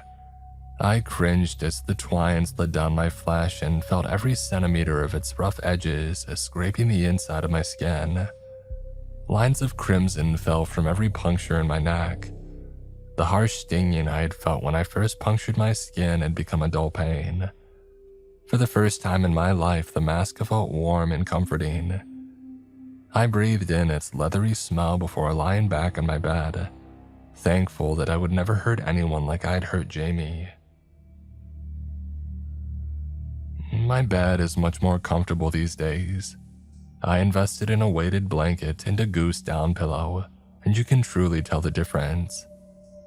In a month, it'll be 10 years since I left the woods. Mom died a year prior, and being out there by myself, well, it was lonelier than I can describe though. On some nights, I would give a lot of money for the peace and quiet of the woods. My apartment overlooks a bustling downtown area, and while the view is amazing, the noise of the city can be a bit overwhelming at times. Thank God for the noise-canceling headphones that my ex-girlfriend gifted me for Christmas last year. Though it's my day off, I decided to do some cleaning. I never got around to hiring a new cleaner, and the place has become a bit of a sty. I go to the bathroom and look in the mirror for a moment, seeing my night mask staring back at me. It's more lucid than any of the masks that I had growing up, but thick enough to prevent me from seeing my actual face. This mask is milky white and made of a thin plastic. It only covers my face, leaving my hair, ears, and neck visible. The scars where I had sewn that old mask on became a pale white over the years. No one ever asked about them though. There were only a few people who had ever seen me with my shirt off. Lining the bathroom counter are several other masks, ones that I made myself from materials that I've collected over the years. I've been perfecting them since leaving the woods. I was able to get away with crude masks for a while, using the excuse of having bad scarring, but I realized how much better it was to get close to someone before doing what I had to do. And people want something that they can see, eyes that react to them, lips that move, and cheeks that wrinkle when smiling. I think I've almost got my masks perfect. They contour to every crease of my face and match my skin color perfectly. Only sometimes will someone notice something off about my face. Maybe they spot a plasticky sheen to the synthetic skin, or see makeup lines around my lips or eyes. They only make a look of concern and continue about their day, wondering if what they saw was only their imagination. I decide to clean my room first, starting with the mess of clothes in the closet. Before getting started though, I decide to reminisce and drag out the leather box near the back corner of the closet. I place it on my bed and pull the flap open. A smile climbs up my cheeks. I've managed to preserve most of them, with the latest ones being those of my ex-girlfriend and the cleaners. There are 23 in total, but I have plans for several more, so I'm probably going to need to find a better storage system. Seeing all the empty eye sockets and jagged edges of the faces always makes me feel a slight amount of the elation I felt upon taking them. It also makes me sad though. Sad that I didn't go back for her face before the forest took it.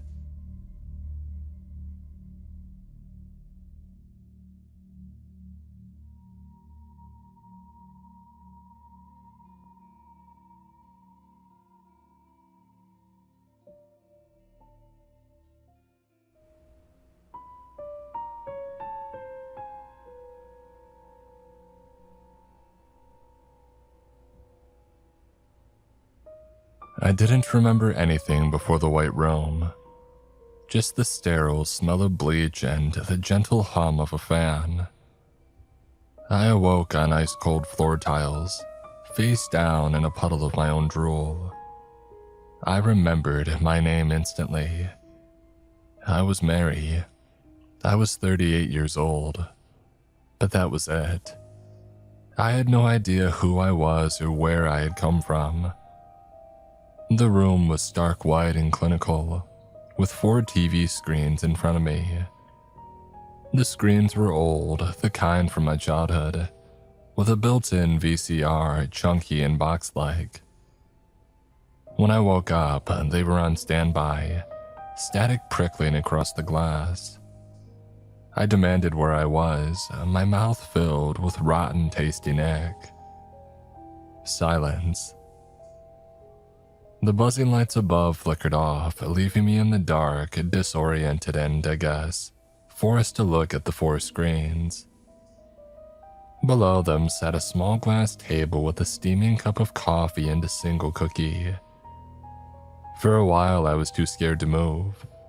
I sat on my knees trying to remember anything about my life. But like broken puzzle pieces, I had come apart, unraveling, left only with my name and age. Was I suffering from memory loss? I checked myself over, testing for a head injury. I knew exactly how to perform health checks, almost obsessively checking for concussions. That told me something. I was in the medical field perhaps, but this felt personal somehow. Too personal. This felt, oh God, like I had done this before. And just like those times, revulsion crept up my throat, panic twisting in my gut.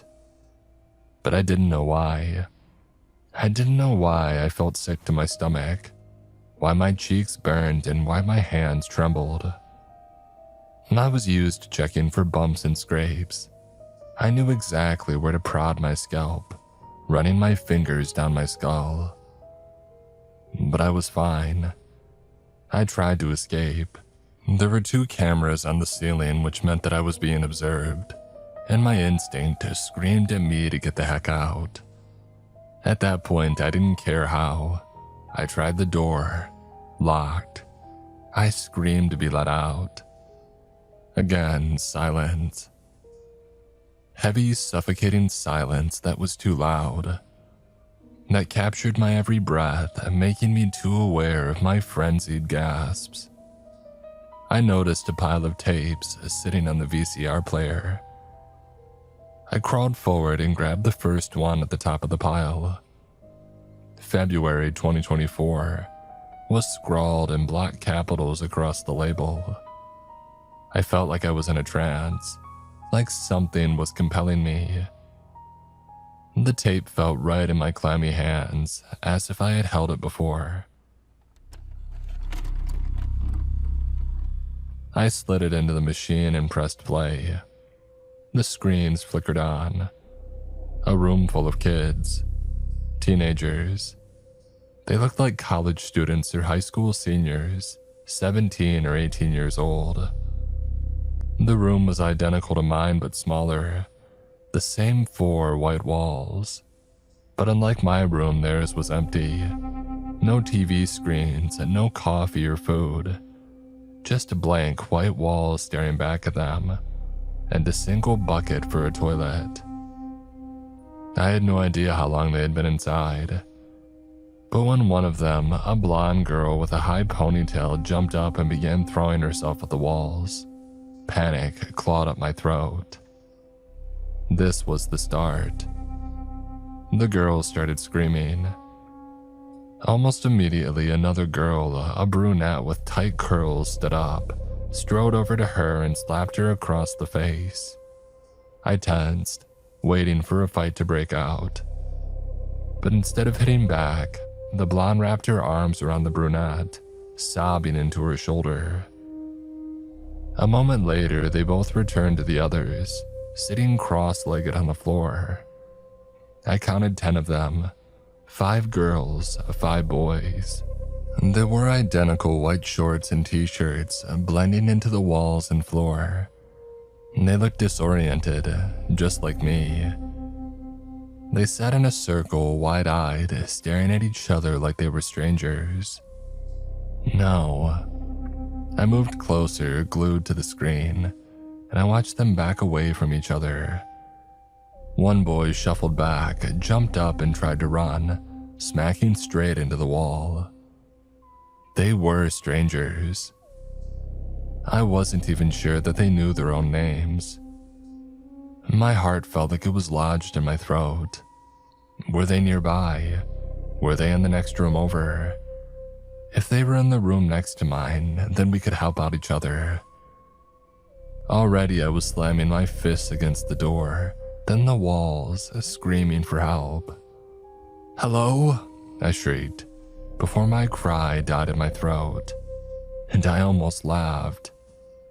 I wasn't watching a live tape. The realization slowly settled in, like cruel pinpricks sliding into me. I turned back to the screens, stumbling over and grabbing the second tape. March 2024.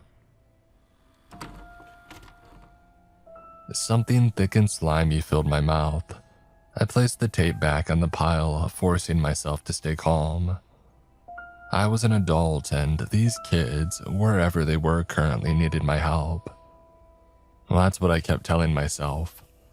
But every so often, my gaze would find the screens once again, and I felt myself unraveling. The footage was recorded last year, and the pile of tapes were clearly documenting their captivity.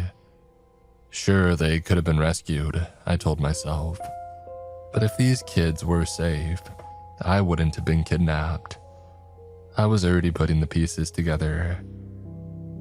Whoever took me wanted me to watch these teenagers inside this white room with no door, no escape, no food. Instinctively, I drank the coffee and I ate the cookie. Whoever these people were, they weren't interested in hurting me. They wanted to hurt these teenagers. The coffee was lukewarm and the cookie tasted familiar as somehow oven-baked and fresh. There was icing, but it had been scraped off. Something told me that I wouldn't be in the room for long, not long enough to get hungry or thirsty. I found myself scanning the ceiling for more cameras. There was one attached to every corner, most likely recording every angle of my face. My stomach twisted as I studied the monitors. Like mine, they displayed different angles of the room trapping the teens. Screen 1 zoomed in on the girls. 4 of them had gathered together already, with one stray boy joining them. Screens 2 and 3 focused on the boys, appearing to be already arguing. Screen 4 was a bird's-eye view of all of them. "All right, everyone listen up." One of the boys stood. He looked to be the leader type, tall and athletic-looking, thick brown hair and freckles. The kids didn't have names, so I renamed him Boy Number 1 in my head. Boy Number 1's voice was shaking, but he kept his expression stoic. I noticed that he kept scratching at his arms, a nervous tick. "So, I'm pretty sure somebody's playing some messed up game." His head tipped back, eyes glued to the camera. Screen 3 zoomed right into his face, his twitching bottom lip. He was trying not to cry. "But we need to keep a clear head, okay? Does anybody remember anything about themselves?" He pointed to himself. "I don't know my name. I just know that I'm 18 and I just graduated high school." Boy 1 took a leadership role. He was reluctant, but the other kids seemed to gravitate towards him. They went around the room and it became clear to me that these kids had their memories screwed with too. The blonde, I named her Girl Number 1, who had freaked out earlier in the tape, was immediately intriguing. She didn't know her name, but she did tearfully exclaim, "I have a mom and I know she's looking for me," which triggered paranoia among the group. The brunette, Girl Number 2 who had slapped her, brought up the possibility of Girl Number 1 being in on their imprisonment. "Well, that's ridiculous," Boy Number 1 snapped. He stood up, assuming his role of leader. This room had no concept of time or night and day. They could have been arguing for hours and they wouldn't even know it. Why would she willingly join in on whatever this is? "Well, this is clearly some kind of test," Girl Number 2 said matter-of-factly. "What if she's, I don't know, the daughter of one of the researchers, or even a researcher herself?" "I told you I'm not in on this. I don't know anything about this," Girl Number 1 shrieked, pulling her legs to her chest. She seemed genuinely afraid, burying her head in her knees. "Please, I just want to go home," she screamed and the others jumped. "I want to go home. I want my mom." And Girl Number 2 started to speak, only for Boy Number 1 to shoot her the mother of all death glares. "Don't." He shuffled over to her. The last thing we need is to lose trust in each other. And girl number 2 averted her gaze, sliding away from him. Get the heck away from me. Boy number 1 looked hurt. I could tell that he was the weakest among the group. He made the mistake of acting like a leader, but he was doing just that. Acting. In reality, he was just a scared teenager. His bottom lip wobbled, but he shook his head, forcing a wide and gritted smile. Aye, aye, Captain. Ah, Freckles thinks we're getting out of here with the power of friendship. Another kid, a guy with thick blonde hair and glasses, was curled into himself. I was sure that he was crying, but no matter how many times the cameras tried to catch his face, he avoided it. I called him boy number 2. Oh, that's adorable. I'll make sure to rely on friendship when we're starving. To my surprise, boy number 1 crawled over to the guy laying down beside him. Go away. Boy number 2 grumbled into his arms. I'm trying to manifest my way home. Boy number 1 snorted. It was the first time that I had seen him smile. And you call me delusional. The March 24 tape outlined what looked like the first month of their imprisonment. I watched it every second, every camera angle. The kids got used to their captivity, distracting themselves with games of charades and sleeping lions. They each gave up a clothing item so that they could create a makeshift curtain for the toilet. They were given new clothes, but it was weekly instead of daily. Glued to the tape, I barely noticed someone had replaced my coffee with a new one. This time I was given a cupcake, again with the icing scraped off. Ignoring my own circumstances, I watched the kids slowly start to unravel. Food was given to them every morning at exactly 7 a.m., and it was good food. I watched them receive trays of McDonald's breakfast, and for the first few days and then weeks, they seemed okay. The kids started to form a plan to escape, orchestrated by boy number 1. Their plan was to wait until their food was delivered and then attack in numbers. However, when their breakfast was delivered, it was a single slice of bread. I already knew what game their kidnappers were playing. After 3 days of no breakfast, boy number 1 caught on. They're punishing us. He spoke up while they were sharing half a slice of bread. The portion sizes were getting smaller and smaller. Boy number 1 was rationing his own, tearing pieces off and eating them in intervals. He was also hiding yesterday's water down his pants. The kid was smart. We formulated a plan to escape, and the people watching us don't want that, he said. Boy number 1's lips formed a small smile. He was planning something. So for now, we play their game. He was right. The kids stayed mostly silent all day, and they were rewarded with 3 cooked meals. Following boy number 1's words, the teens stayed quiet. Boy number 2 suggested that they name themselves. Boy number 1 wanted to be named Clem because it felt right. Boy number 2 insisted on Ryder. Boy number 3, who I was pretty sure was narcoleptic, curled up in one corner, was named Z, like he was sleeping. Boy number 4, a hard-faced redhead who started most arguments over food, refused to be renamed, so the others called him Shitface. Finally, boy number 5, a kid with a buzz cut, just shrugged and called himself Buzz. And girl number 1, the blonde who would calm down, didn't want to be a part of the naming ceremony. But halfway through, she squeaked, Sabrina, I like the name Sabrina. And girl number 2, the fiery brunette, immediately called her out. Okay, but why Sabrina? She demanded, her eyes narrowed, hands planted on hips. So that's your real name? She was ignored, and after realizing that her theories weren't helping, girl number 2 sighed and reluctantly named herself Scooby. Girl number 3, a quiet kid with pigtails, shrugged. I like Ruby. Girl number 4, the frizzy redhead with glasses, didn't speak, so the others gave her a name, Mittens. Girl number 5, who had come up with the naming ceremony, smiled wildly.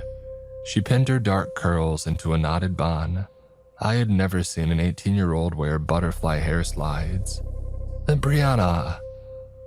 The tape ended on her wide, smiling face, the screen flickering off.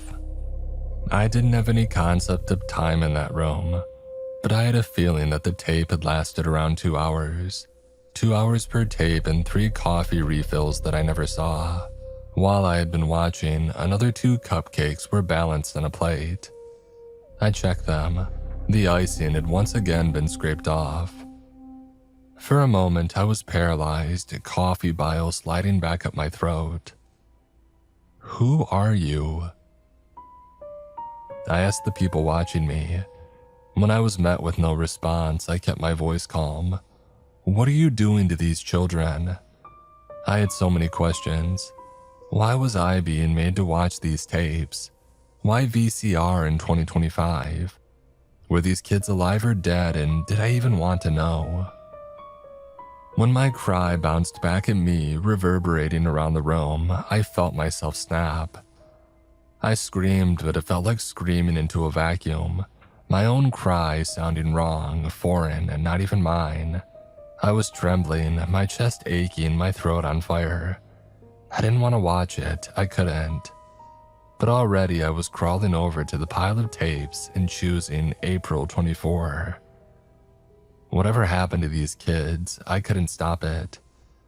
But every time that tape slipped from my fingers, I dropped to my knees and grabbed it, running my fingers over the surface. It felt personal and wrong, and yet right in my hands. The scratchy label and the smooth plastic of the tape. I rolled it around between my hands, my gaze glued to each screen. I wish that I never watched them. I wish I never knew their names. But I had to know what happened to them. I had to know what 12 months of captivity did to these kids. Feeling sick to my stomach, I slid in April 24. The screen flashed blue before flickering to life on a still shot of boy number 1, Clem, with his ear pressed to the door. The others were gathered around, sitting in a semicircle. I had missed several days. The kids looked worn out and tired, their clothes filthy and torn up. There was a giant, crayoned rainbow on the far wall. Mittens, girl number 4, was playing with a green crayon, sticking it in her mouth like a cigarette. I guess they were given them. It's here. Clem stumbled back, and my gaze found him once again, his eyes wide. His cry caused a commotion among the others, and realization slammed into me. They were starving again. Clem's eyes were hollow, his cheeks sunken and significantly pale. There was a certain twitch in his lips that I was trying to ignore. He had torn off the bottoms of his pants, wrapping them around his head. I had no idea how long they had been without food, but the way they moved, almost feral, backing away from the door like startled deer, gave me an idea. It looked like days. Everyone get back! He snarled, and to my surprise, the others slowly retracted. Clem really was a leader, glaring down the others until they stepped back. Scooby, girl number 2, squeaked in delight when the food was delivered through a slot in the door.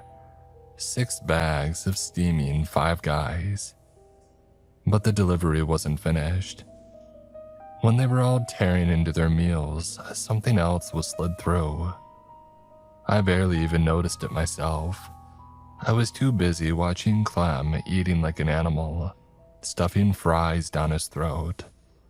He was going to choke. I felt uncomfortable, my hands shaking, like I could reach through the screen and snatch his burger off him. The boy was ravenous. I didn't understand why I felt physical pain in my chest. I had only known these kids for a few hours and already I was attached to them. I snapped out of it when the second delivery hit the ground, startling the kids. It hit the sterile white floor tiles with a bang. A pickaxe. I felt the phantom legs of a spider entwine around my spine. Clem dropped his burger and stood slowly. "Don't go near it," girl number 1, Sabrina, shrieked. Clem didn't listen to her, and something twisted in my gut. He picked it up, the thing weighty in his hands, and then he hurled it at the wall. "Screw you," Clem spat, his gaze flicking to camera 3. I felt a visceral reaction running through me, shuffling back on my knees, and then unexpectedly he broke into a manic grin. "We're not that crazy yet." With a mocking bow, he returned to his meal, and the others fell in stride with them. Nobody mentioned the pickaxe, and each kid seemed relatively adjusted. They played games, drawing on the walls, resorting back to children. I noticed Shitface, boy number 4, inching towards the axe, but he just laughed when Clem backed him into a corner. He shoved him back, maintaining a wide grin. "Oh, relax, Freckles, I'm joking around." The girls, however, who had formed a tight-knit group, kept their distance. When the next day came around, I think they were expecting no breakfast, and they were right. "It's okay," Clem reassured them. "We ate yesterday, we should be okay for a while." Sabrina nodded, perched in Scooby's lap. "Yeah, he's right, and they'll feed us eventually." They were wrong. 3 days passed with no food and limited water. I think they were drinking from the toilet, and fights were starting to break out.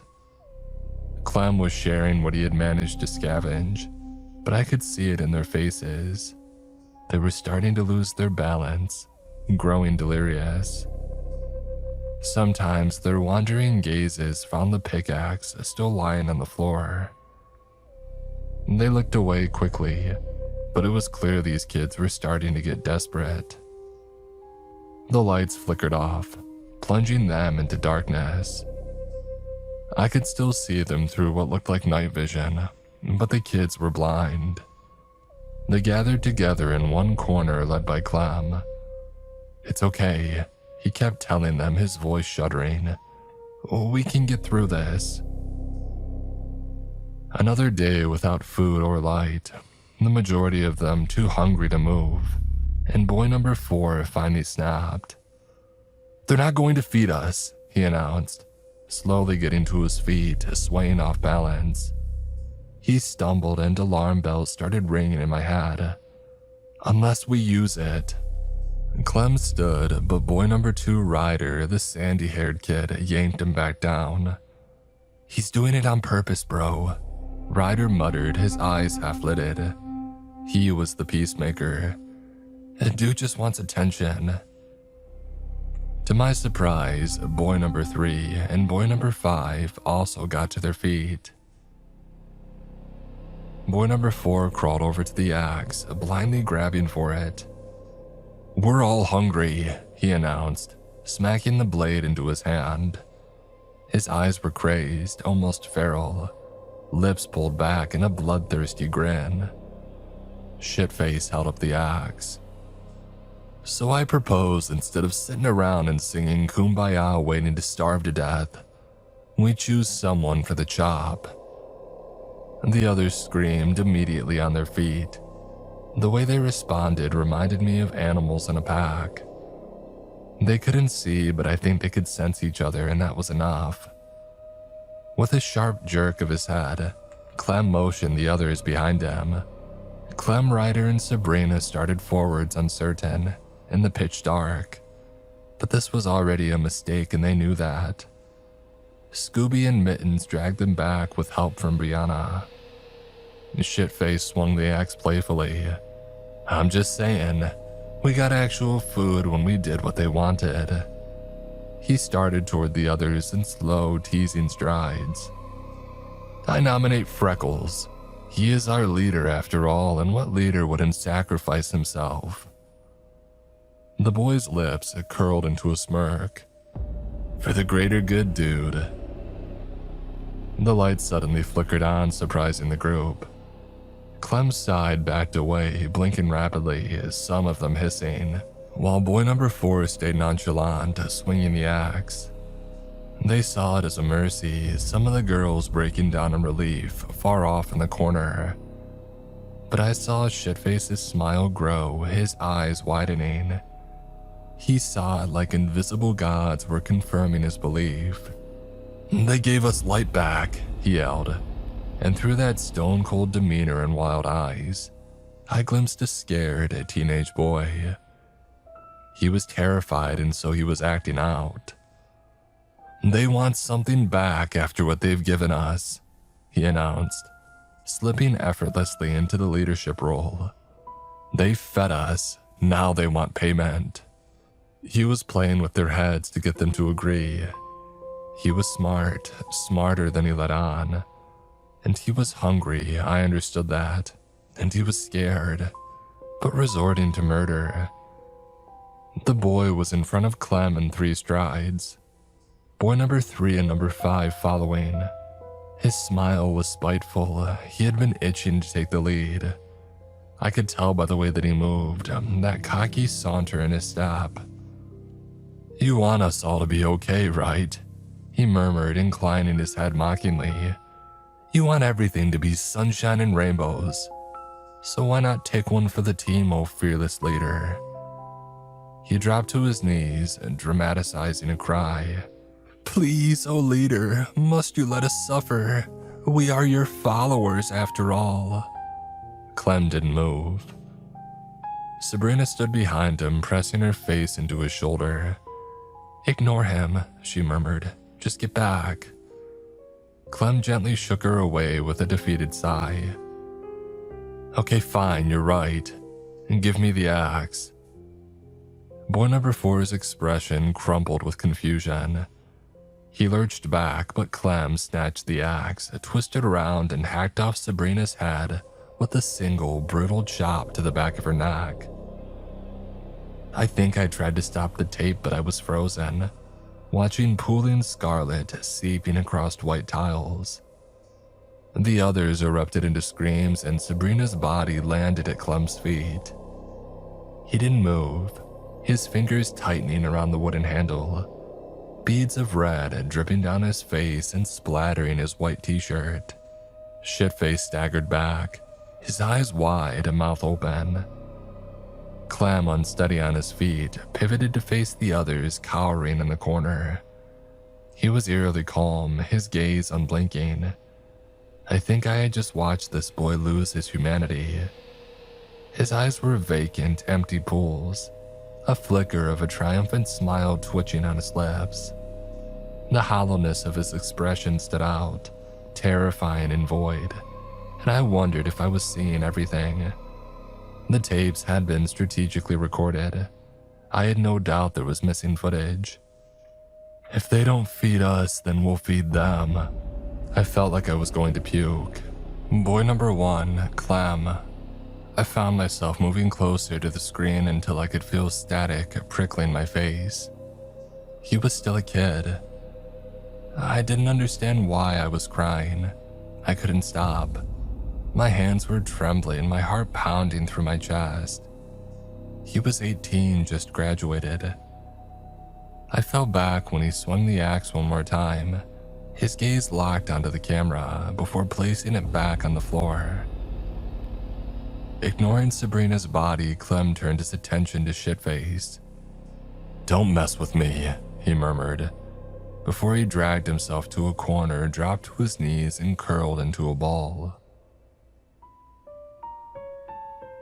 Scooby did her best to cover Sabrina's body. Mittens helped her. And Brianna sat in a corner, head buried in her knees. And breakfast came the next morning. 9 individual trays filled with croissants, cupcakes, toast, cereal, and chocolate. The others stuffed their faces, but I wasn't watching them. I was watching Clem, who instead of joining them for breakfast was crawling towards Sabrina's body at a snail's pace. When he reached her, I expected him to say a prayer or hug her, but instead, Clem soaked his hands in her blood and shuffled over to the wall. He used her blood like paint, while the wall was his canvas had inclined, lazily dragging his fingers, scrawling a simple smiley face. The other kids' expressions were clear on each screen. They were terrified of him. Mittens and Brianna were silently eating while Scooby and Shitface stayed away, hiding in individual corners of the room. Ryder was the only one trying to make conversation, picking at his chocolate croissant. But even his gaze was frantic, flicking back and forth between Clem and the blood-stained axe abandoned in the corner. When a loaded gun was dropped through the delivery slot in the door this time, all eyes turned to Clem, still hovering over Sabrina's body. It looked like he was trying to push her brains back inside her skull. Mittens surprised me by shuffling over to the gun and sticking it down her shirt. She nodded to the others, and to my confusion, they seemed to go along with it. Ryder dropped a plate of food in front of Clem. "Eat, dude." He pulled a face. "What are you doing?" "Didn't we get another weapon this morning?" Clem asked, sitting up with a sigh. Something acidic filled my mouth.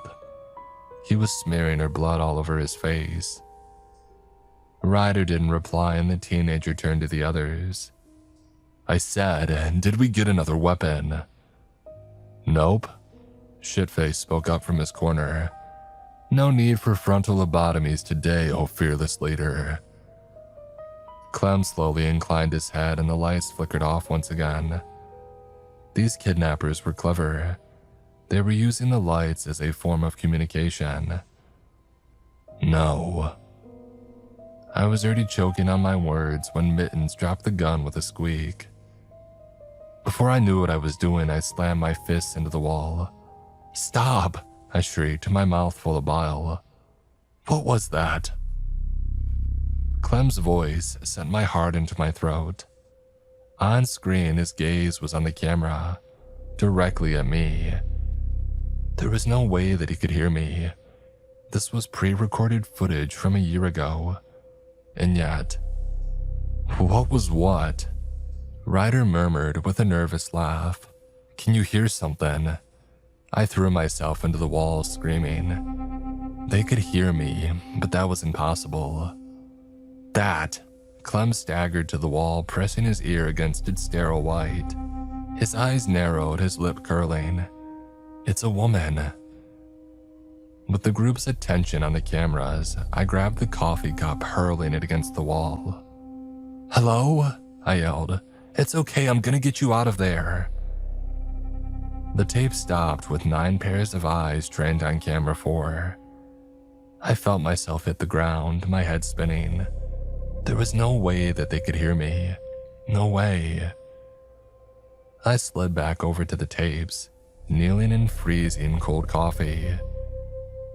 Feeling suffocated, I shoved the May 24 tape into the player. Blank. The screen was white. It was playing, but there was no footage. Panic started to slither down my spine, contorting in my gut. I ejected the tape and slid in June 24. Blank. The screen this time was bright blue, reflecting in my face. By now, I was scrambling and grabbing July 24. They were all blank of footage, empty. I went through August and September. I think at this point it was starting to hit me. Was April 24 alive? I left the screens, this time pounding on the door. "Hello," I cried, punching the wall until my fists were bleeding. "Can anyone hear me?" When my lights went out, the screens flashed from bright blue to a single still image. Clem. His face was projected on all four screens, his wide, grinning mouth, his hollow eyes. Behind him, the walls had been smeared scarlet, entrails dripping from the ceiling. I could see bodies behind him, but I couldn't make them out. He inclined his head slowly, a mockery of a bow, as blood seeped down his chin, stringy, red tangled in his hair. And atop his head sat a crown of something, stark and jagged and glittering in the dim white light. I tried 6 months worth of tapes all the way to March 25, but every single one of them was just Clem grinning at the camera.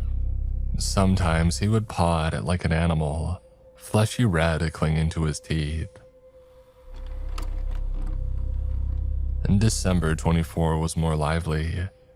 He skipped around the room, slipping in blood, giggling for almost 6 hours straight before going back to the camera, back to me.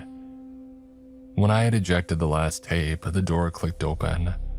I reached for the tapes, but a voice startled me. "Leave them, Mary." I did, slowly walking out of the room. I was on a long white corridor and drinking in each door. Those kids could have been behind one of them. Before I could check them out, a fire door was opened, and I was ushered outside where a car was waiting. I got inside with no question, and the car drove me home. Home. I suddenly recognized my hometown, the high school, the kindergarten, the soccer field. When the car stopped at the end of my road, I almost toppled out, my memories slamming into me like waves of ice water. I ran home to my husband, who was standing on the doorstep, his lips pursed. He was pale, his hands full of paper. "Harry." He hugged me, wrapping his arms around me. "You didn't find him," he whispered into my shoulder. I pulled away, my throat on fire. "Him?" I jumped when a golden retriever jumped up at me. "Clem." I ruffled his head, tears stinging my eyes. He was such a good boy. Harry led me back inside our house into our kitchen filled with cookies and cupcakes with, "Have you seen this boy?" perfectly written with blue icing, and littering our house, posters with a familiar face. I snatched one up and immediately puked. Zach. The smiling boy on the cupcakes and cookies, on the missing posters. I knew how to look for bumps and scrapes because I was used to them. I was used to checking for concussions when my baby was knocked over on the football field. I wasn't in the medical field, I wasn't a doctor. I was a mom. I didn't know that I was screaming until Harry wrapped me into a hug. "Honey, what's wrong?" He kept saying, but I was numb. I climbed the stairs with shaky legs and stumbled into my son's room, Zach. Memories swamped me, dragging me to all fours. I remembered his 10th birthday party, his mouth full of frosting. "Look, Mommy." His voice is in my head. I can still see his face. Zach, my sweet boy.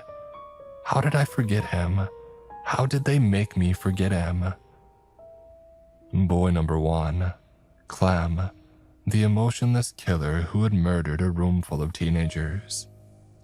My son. Please help me. I need help. I found my son, but I lost him again. I don't even know if he's there anymore. I can't breathe. I know it sounds crazy, but on the April tape, those kids could hear me. My son could hear me. But how is that possible? My baby is out there. Whatever state he's in, I need to find him.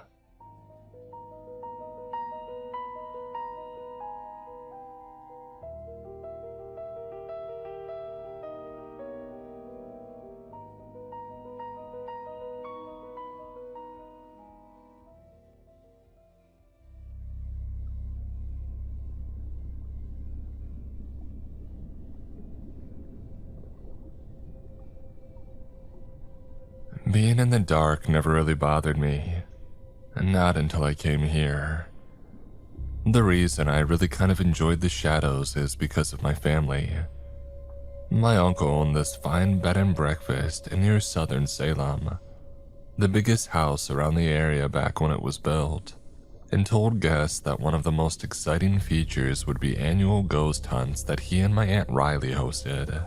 They would deliberately cut off the electricity for everyone that stayed in the house that particular night, and then pretend that the darkness was the result of spectral forces coming to pay a visit. When all was said and done the next day, the fooled guests paid extra tips and spread the gossip about the blackout to others, and my uncle died a wealthy man thanks to their superstitious beliefs. I stayed there so many summers when Mom had to work that these silhouettes on the walls were probably my closest friends.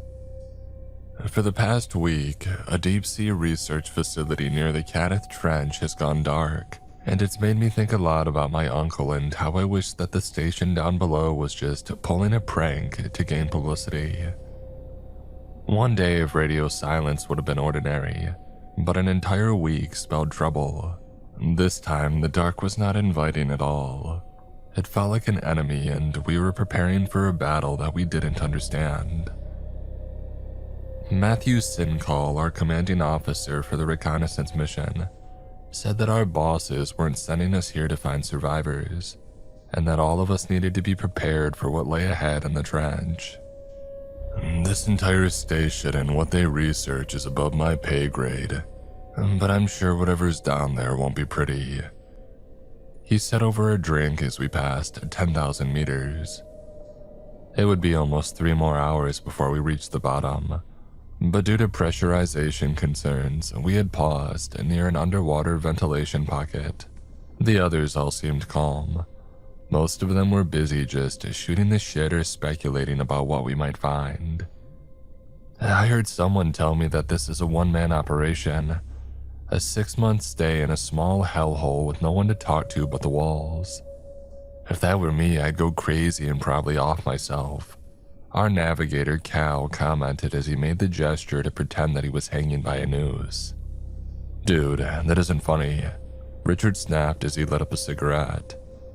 He was the only one that seemed to be on edge. Maybe because his position of being the chief engineer meant a lot of heavy tasks for him. Our employer wasn't really concerned with what had happened, just that we needed to get operations up and running again. Cutting corners is nothing new. It was likely some type of accident and they couldn't react in time to handle it, so we'll be on cleanup duty. Our only female member of the team, Bella, said as she worked on a doodle. It reminded me of a flower or something. But there was nothing in the report from the computer about structural damage. I told our marine biologist, just as the last member of the crew, the geophysicist, Johan, pushed past me to grab the cigarette from Richard's lips and then tossed it on the floor.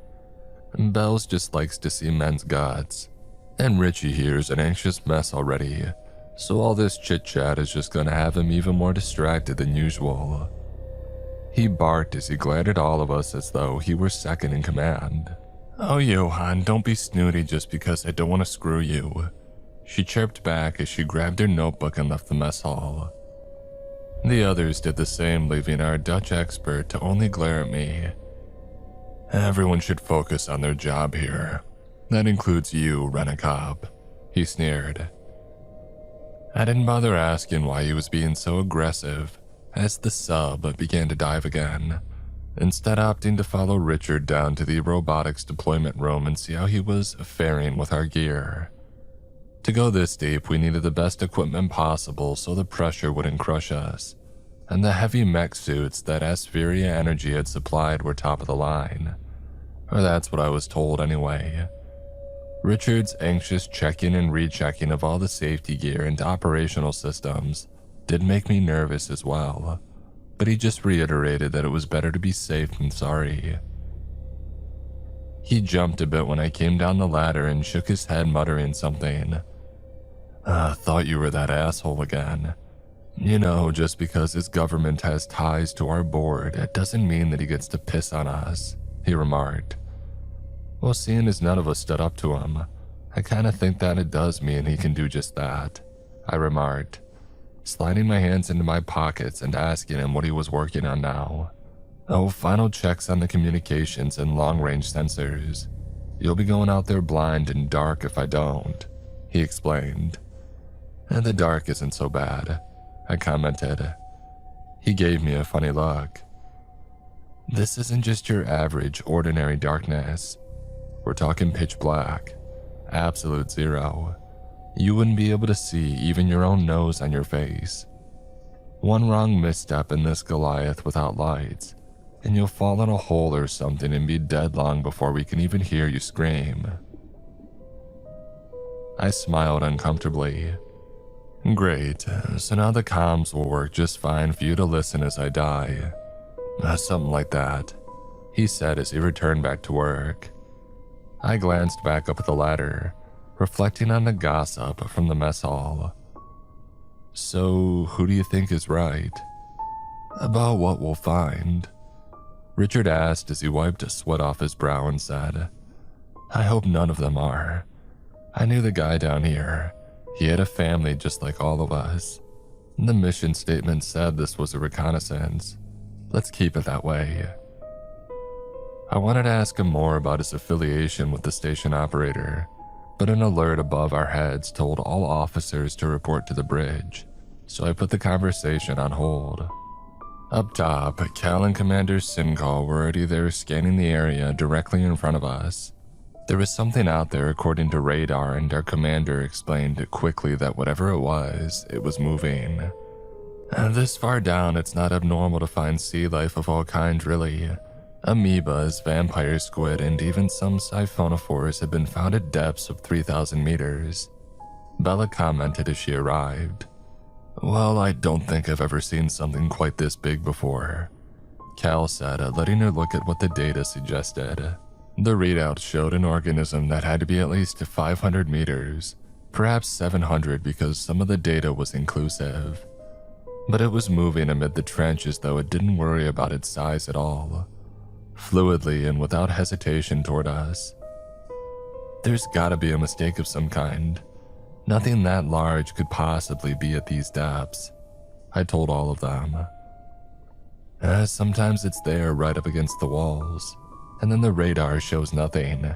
Maybe it's volcanic activity of some kind.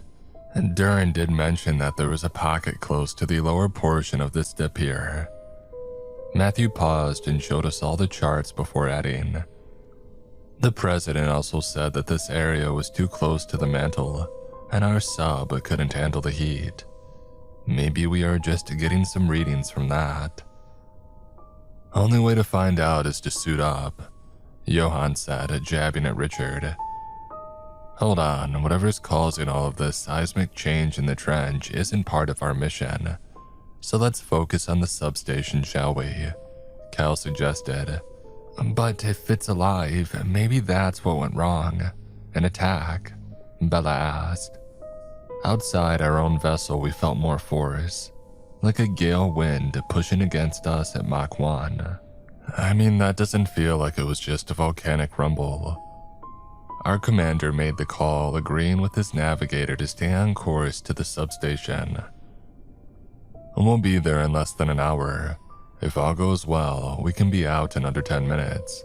So let's cease the idle speculation and get this job done, And that got us all to work, our vessel slowing in speed as we went westward and followed the pipeline. I kept my eyes out toward the trench walls as our massive beams illuminated the empty rocks. They were mesmerizing, a prismatic display of crystals and colors that seemed to rival any beauty that I had ever seen on the surface. They were also moving, like vines against a tree trunk, slithering and sliding about every time the rumbling occurred. And if I didn't know any better, I could swear that I heard something out there in the dark. Not the roar and not just the water and earth moving as we pushed our way in. Something beneath all of that. A very faint whisper.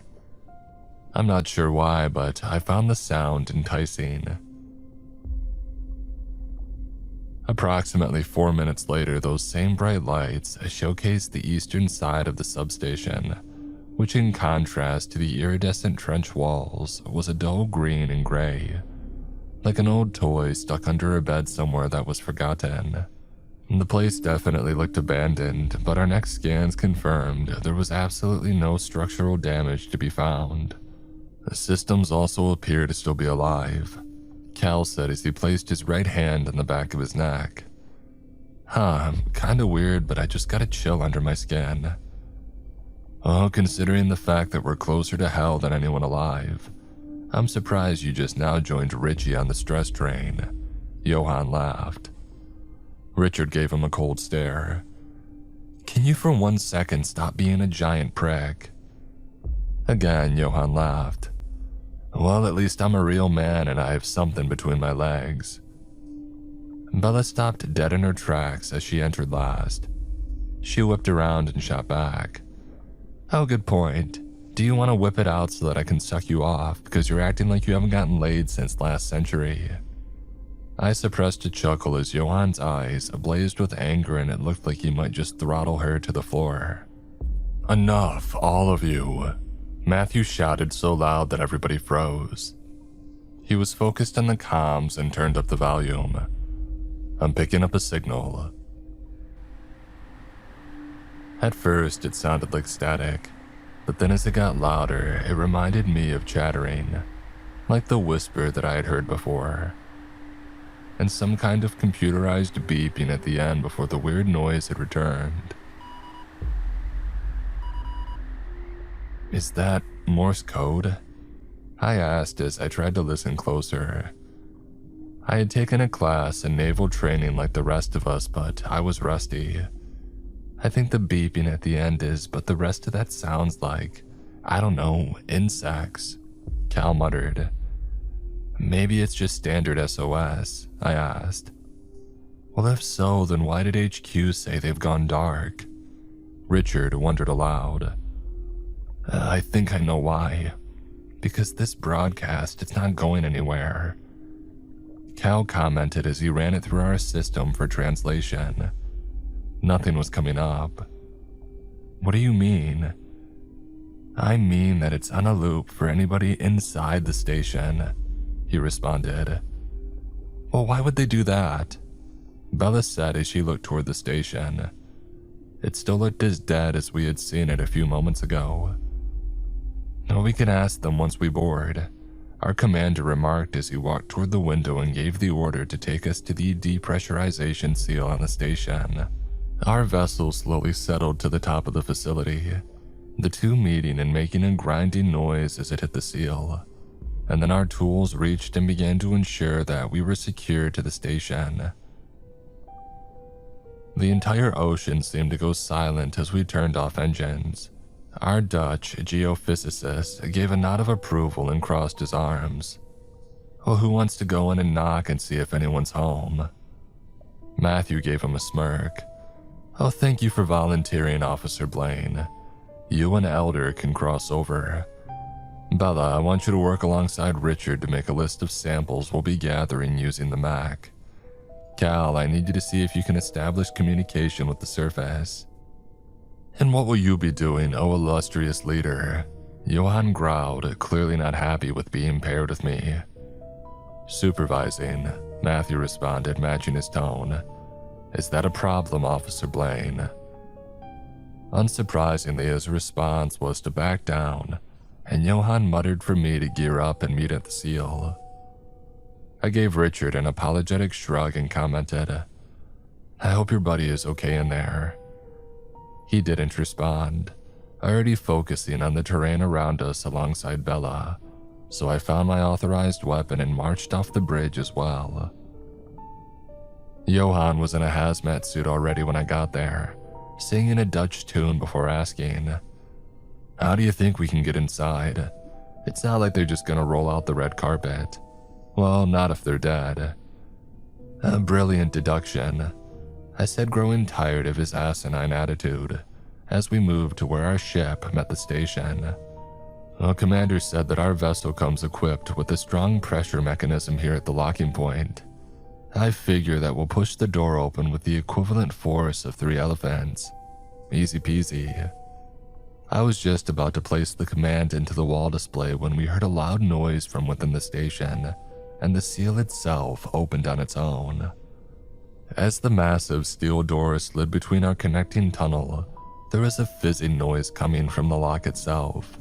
I knew that meant leveling of our oxygen to match what was inside, but I was more focused on the other sound that I heard once it had come to a stop. The strange chittering and noise that Cal said was playing in a loop, and was clearly being broadcasted on a PA system of some kind, because it filled the room as we stepped through. Neither Johann or I said a word as we started to explore the substation, an atmosphere of loneliness and dread enveloping us.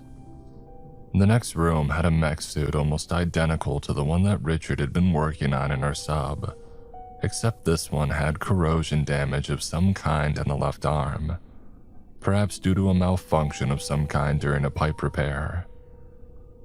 The blowtorch nozzle looked torn off, thus preventing the suit from being useful for pipeline repairs.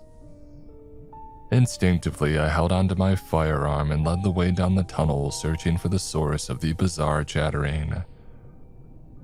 Finally, we reached what we both could tell was the command center filled with computer monitors, systems and lights all working perfectly well. And in the center of it all was the same noise coming from the master computer.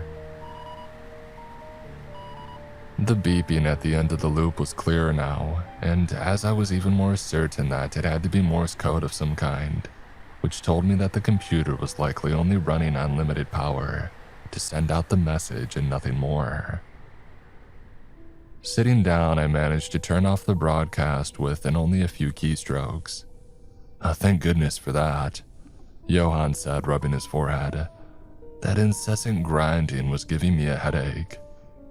I was about to make a quick jab at him about that when a new voice caught our attention from the doorway. Hister, how many times do I have to remind you that I'm the one that picks the playlist and I will change it when I'm good? And the man froze, a toothbrush in his mouth and his hand holding up a towel against his drenched wet body.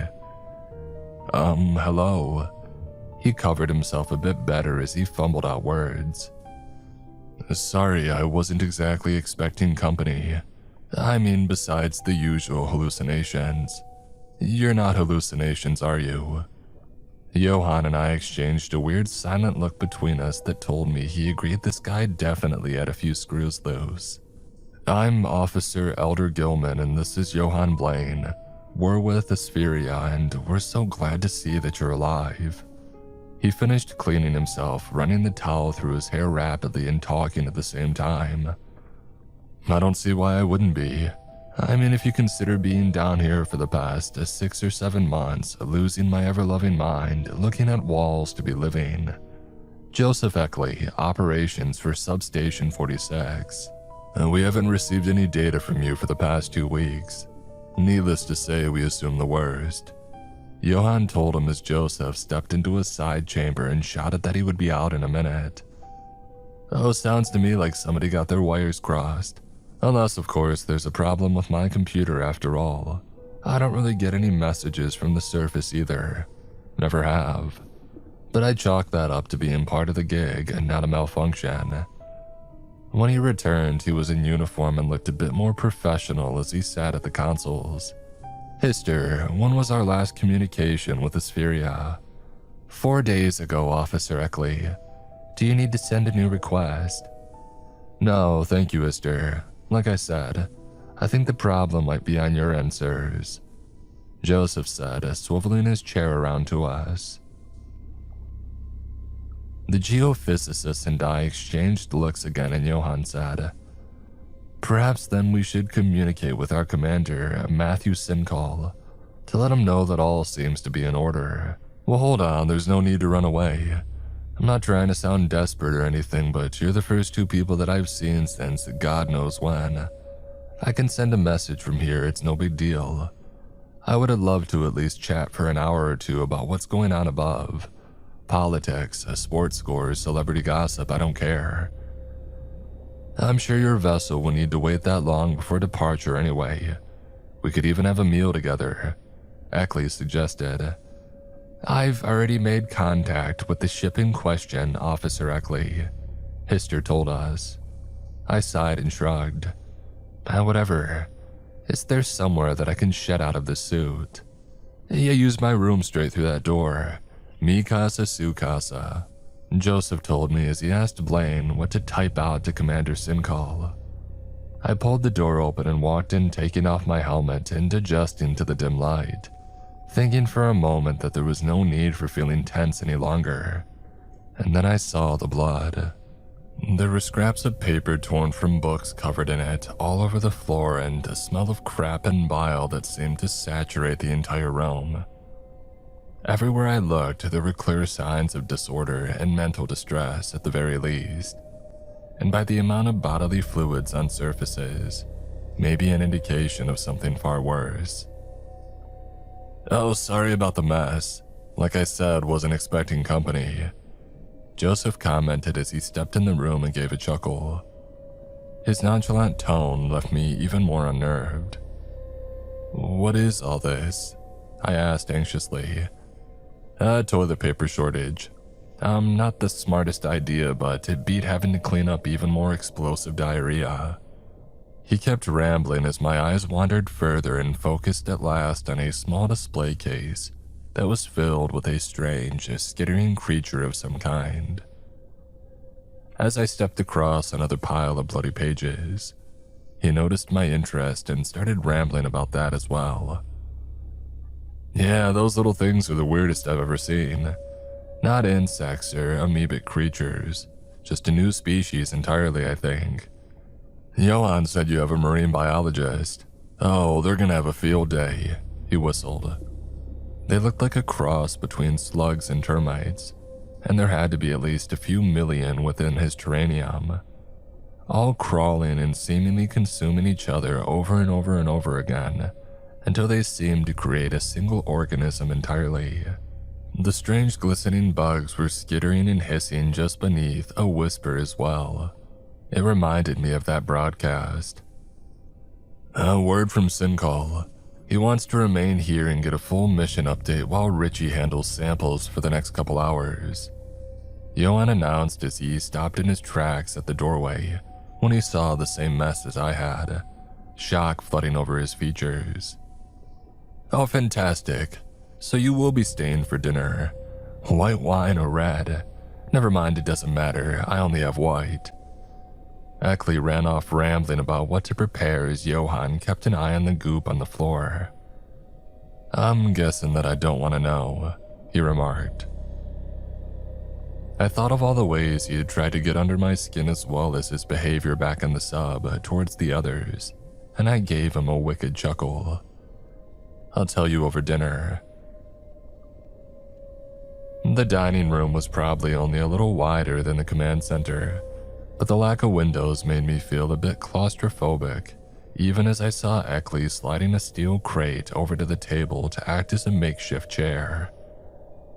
Best money could buy. Hope you like canned and rehydrated food because that's all we got, he apologized. The meat looked like mush, green and gelatinous. Is this what caused the crapopolis in your chambers? Johan asked aloud. Joseph settled in near the middle chair, the roller he had pulled from command, and started to pour us wine. When you've been down here as long as I have, gentlemen, I think you'll find that some things really don't matter as much as we think they do. I believe it was an American novelist that summed it up best, after living off the land for almost an entire year. A man is rich in proportion to the amount of things he can let alone. Who said that? Emerson, Thoreau. I've always been a man of science and not philosophy, Johan quipped back. Ah, but isn't philosophy the very pinnacle of science? Rather than study facts and figures, you get to peer into man's very soul, our host fired back. Johan took a sip of his wine before making his next inquiry. So is that what Aspheria sent you down here to study? The soul. A touche. Is everyone this hostile on your team? Joseph was looking at me a bit perturbed, but I had to admit that I was actually on Johan's side for once. Our new companion was being unusually evasive about his assignment. I think what he's trying to say is that it seems unlikely that Aspheria would send us to the depths of the ocean for no reason at all. There's likely millions of dollars at stake, maybe more, and that doesn't even include the cost of our expedition here. In other words, it probably would have been easier for you if I was dead. Ackley replied point blank. Before either of us could make a response, the entire station trembled far worse than ever. And with the quake came a noise that sounded like a roar. This rumbling shriek of a beast that made every single part of me feel on edge. "And that's why you're here, isn't it?" I asked, pointing toward the unseen menace beyond our walls as I got up and touched them, feeling the reverberations. Ackley stopped making jokes, his tone now deadly serious. "It was asleep when I first arrived, but then HQ kept telling me to dig deeper, push harder, leap before you look, and so I did," Joseph explained. "What is it?"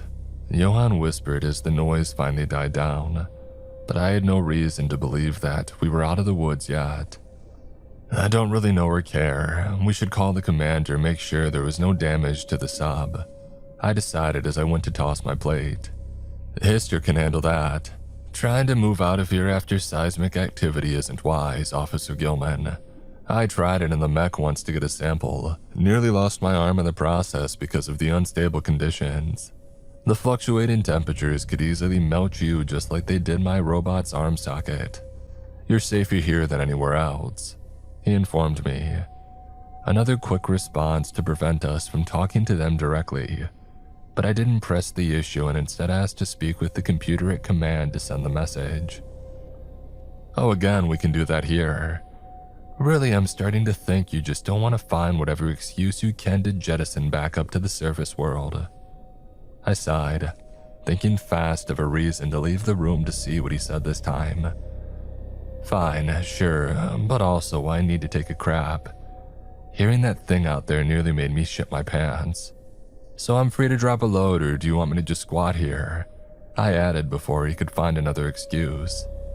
Joseph made no effort to stop me, and Johan stayed behind to distract him while I left for the command center.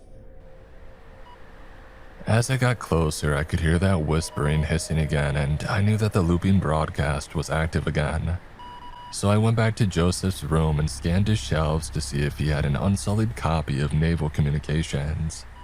Thankfully, a few copies were intact, and once I had it, I crouched down next to the comms to write down the translation of the Morse code at the end of the loop.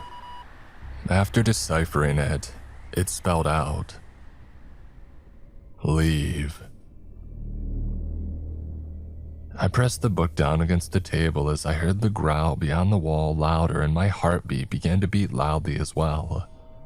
Racing back to the mess hall, I shouted out to Johan a flimsy excuse for us to head to depressurization. Except when I got there, neither he nor Joseph was anywhere in sight. "Officer Blaine, Ackley," I shouted as the growling grew closer. And then the shaking returned, this time with even greater intensity.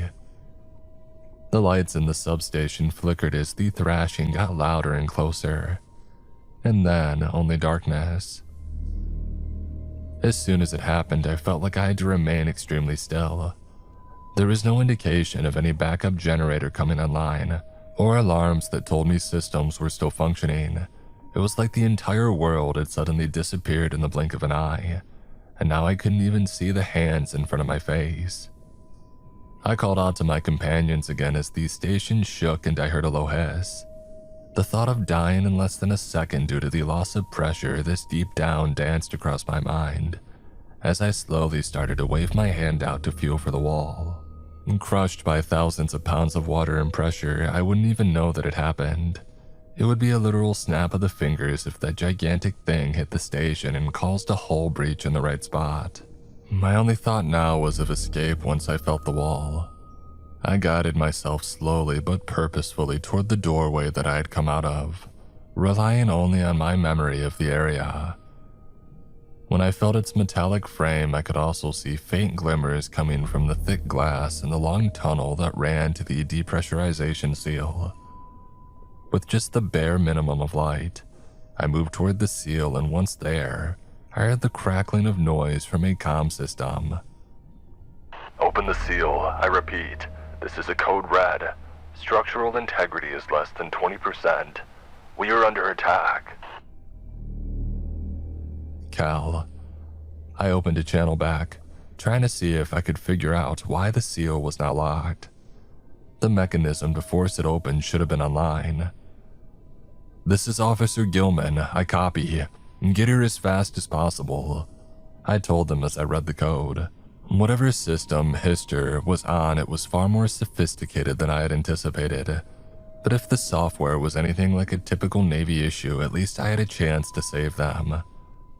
Elder, what's going on there? Are you safe? Cal asked.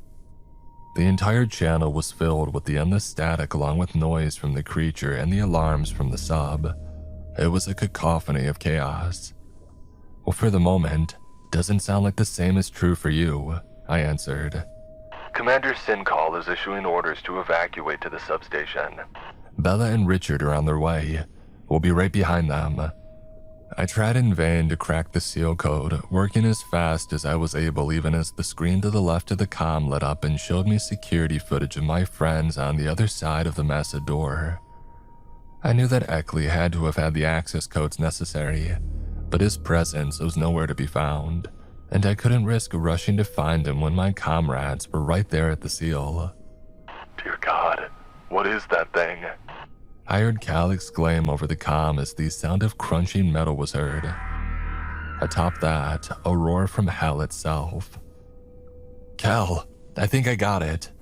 I shouted back as I realized that I had somehow managed to bypass the primary. I was in. I frantically looked for the right set of commands and stood back as the seal began to open.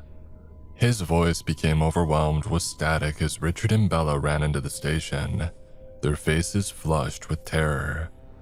Cal, the seal is open. I repeat, Bella and Richard are safe. Get over here immediately, I told the nav officer as the comms grew heavier with interference. Then the lights on the station activated red and flashing along with alarms. Warning, potential collapse of depressurization seal is imminent. Seal will automatically lock within 22 seconds. The scream from the comm had my neck hair stand on edge, and then there was a deafening crush, followed by the seal beginning to close rapidly. Shit! Richard shouted, but it was too late. The seal locked shut, even as the security feed showed me Cal and Commander Sincall reaching the connection point. A second later, as the crushing explosion hit again, they were gone. I saw their bodies fling backwards as the water pressure pushed its way into the damaged sub for a split second, and then the screen went dark as well. Richard tried in vain to see if we could open it again, but I knew that would only lead to our own demise. Not that it really mattered, since it seemed we might just be that creature's next target. I realized as the facility shook and the high-pitched screech of the monster filled all of us with dread. Multiple system failures. All personnel are to leave the seal immediately. Integrity at 56%, the computer announced. I grabbed Richard and pulled him away, following Bella into the connecting hallway as we were locked out of that room as well. And then finally, just when I was sure that these were going to be my last moments on Earth, the noise stopped and the deep ocean canyon seemed to suddenly go back to normal. The alarms on the substation also subsided, as I heard the overhead system announce that recalibration was beginning. I wasn't really listening.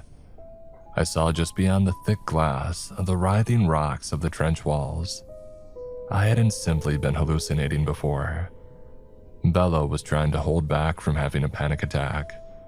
Richard was still angrily yelling toward the seal. And then in the doorway, our Dutch scientist entered alongside Eckley as though nothing out of the ordinary had occurred. About time, I snapped at both of them. Is everything all right, Officer Gilman? Johann asked calmly. Richard finally truly lost it, turned and grabbed the geophysicist by the collar and slammed him against the wall. Is everything all right? Our sub just got destroyed in less than a few minutes by a behemoth. Our commander and navigational officer are dead, and we barely escaped with our own lives, only to be apparently trapped down here in this place with your stupid face. Gentlemen, please, Eckley said, pulling them apart and trying to maintain peace. This is my fault, Officer Gilman, he added apologetically as Richard stood back, his eyes still dilated with fury. After you excused yourself from dinner, the conversation with your friend here grew stale, and so I offered to finally let him examine the fruits of my labor. We departed to the moon pool on the south side of the substation, and we weren't aware of the problem until it was too late. You weren't aware.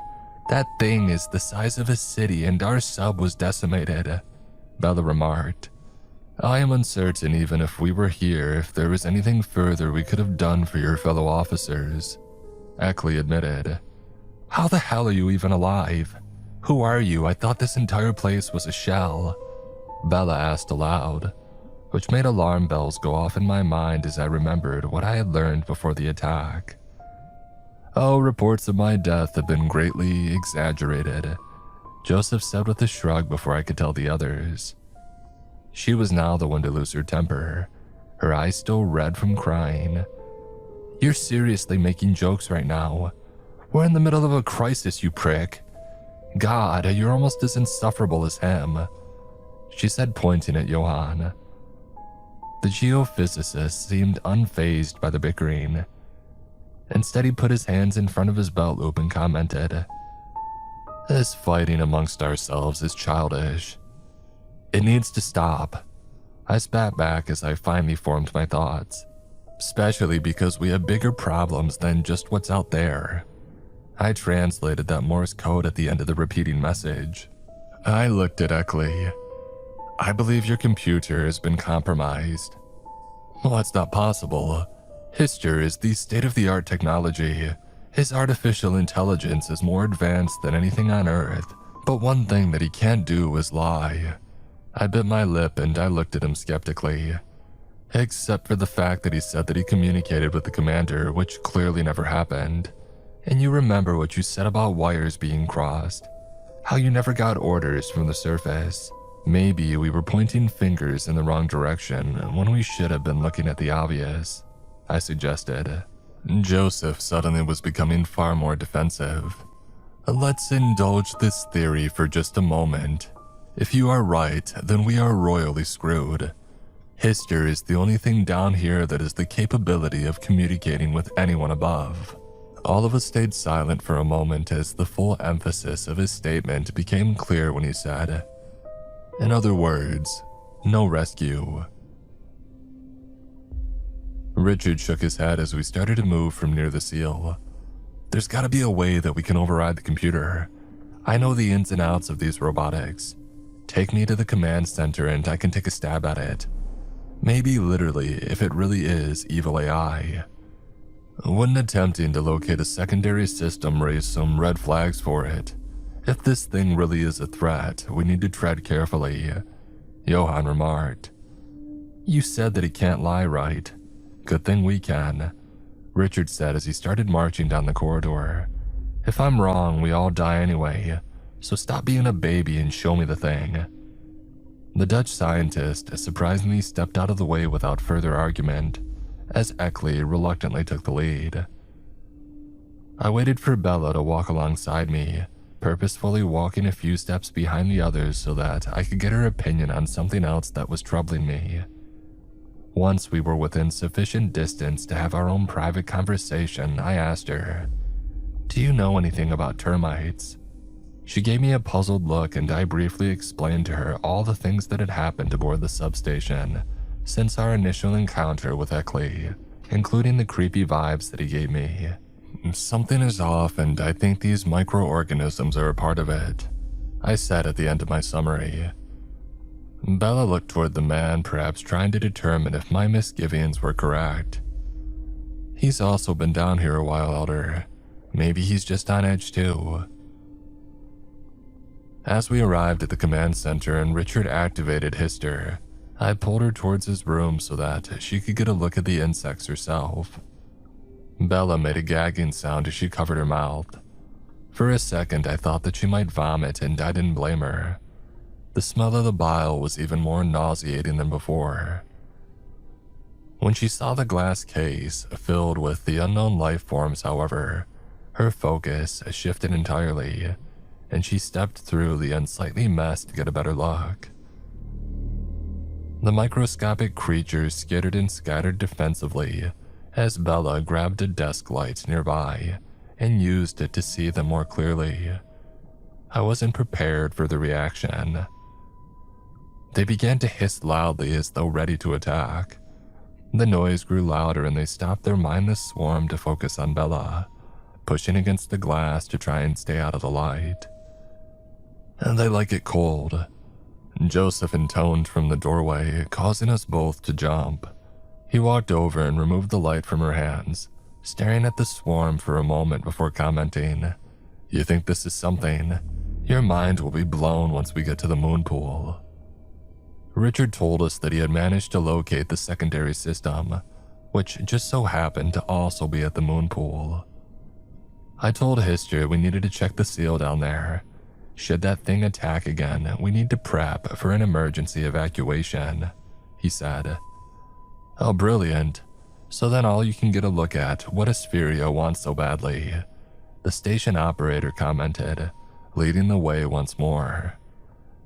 Bella gave me an uneasy look which confirmed she now agreed with my assessment of Eckley. "Watch your back," I whispered to Richard as we left the command center for the southern port to the facility.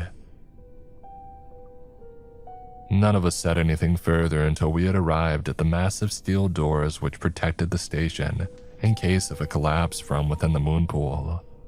Joseph hummed something under his breath as he punched the access code into the door panel, and then remarked, "Now keep in mind, just because I'm sharing this with you, full credit of this discovery will remain under my name."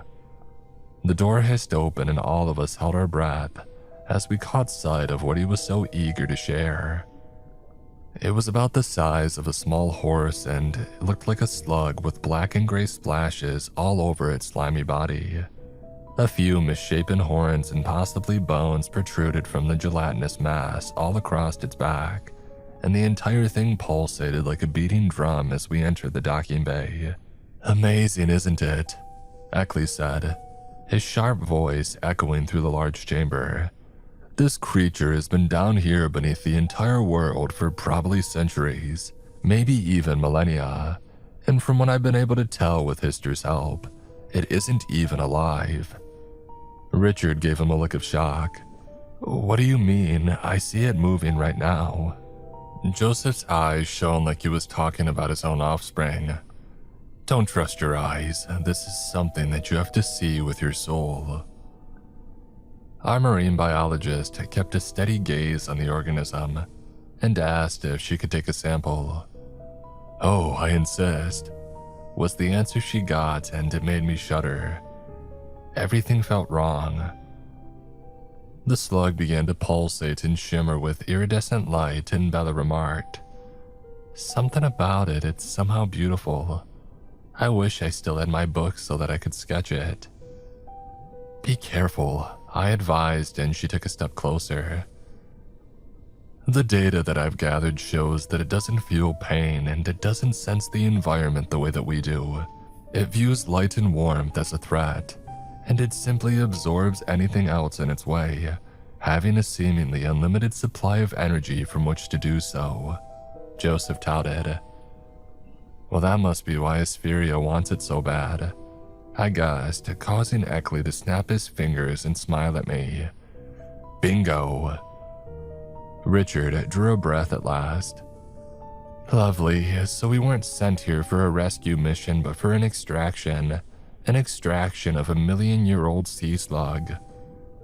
He began searching for these secondary systems as Eckley shouted out, "Don't shoot the messenger."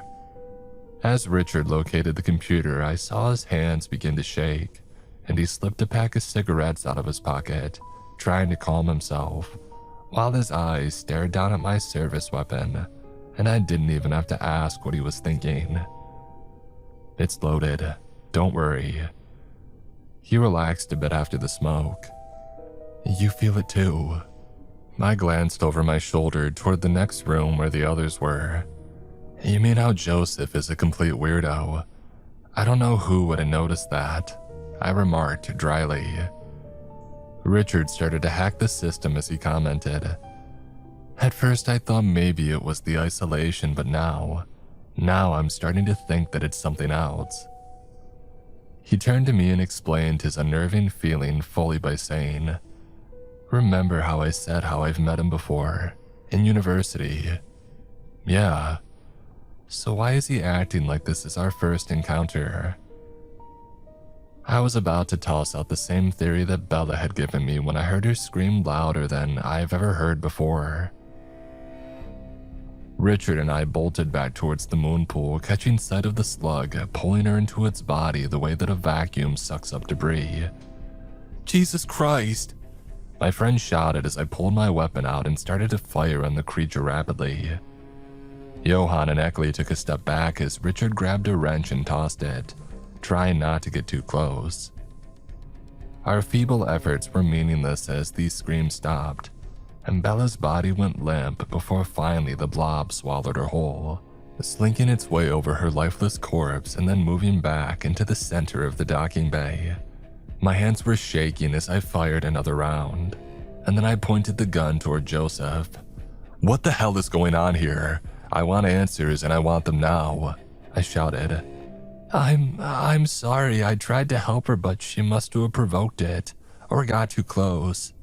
I tried to grab her wrist as she fell on top of it. There was nothing that I could do," he sputtered.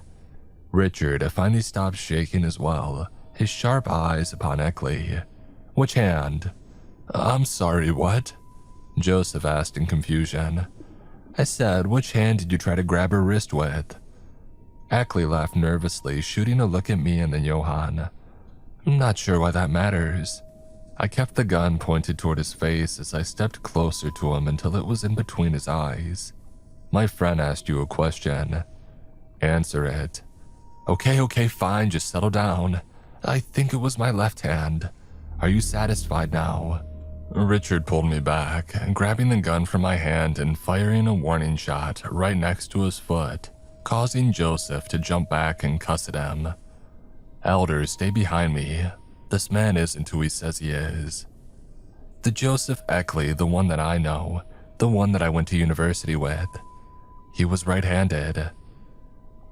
He glared at the man in front and tried not to have a panic attack as he declared, "I don't know what you are, but you're not him."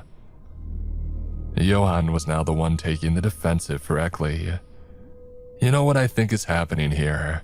I think that we all just witnessed something very traumatizing and now your brain is spinning out of control and you're trying to latch onto something, anything that makes sense. An easy target like our host here." Richard kept his finger on the trigger, a tear trickling down his face as he looked at Johan. "God, I wish you were still the same asshole because this would feel a hell of a lot more satisfying." And then he shot him straight in the face. The geophysicist's body lurched back, spasming as his entrails spilled from the wound. Except this wasn't blood and guts like you would expect, but the same goopy, gelatinous material of the slug that we had just witnessed Bella be devoured by. "Dear God," I said, holding my hand against my mouth as I watched Johan's body begin to writhe, and then melt into goo before our eyes. And then the hissing of the insects caught my attention, except this time the sound was emanating from Joseph's lips. He was focusing on the melting corpse, reaching his hand out and whistling to it the way an owner might toward their pet. The slime reacted to his call, slurping up against his outstretched hand and dissolving into his flesh. The entire organism shuddered against his body as he stopped the chattering, his irises splitting and trembling as an inhuman voice filled the room. Your species understands far less than I anticipated. When first a part of the whole, all that could be detected was Joseph's fear. This was the same sensation with your physicist and biologist, until at last it was realized fear is all that your kind can grasp. It is the personification of this world, and that is why we must cleanse it.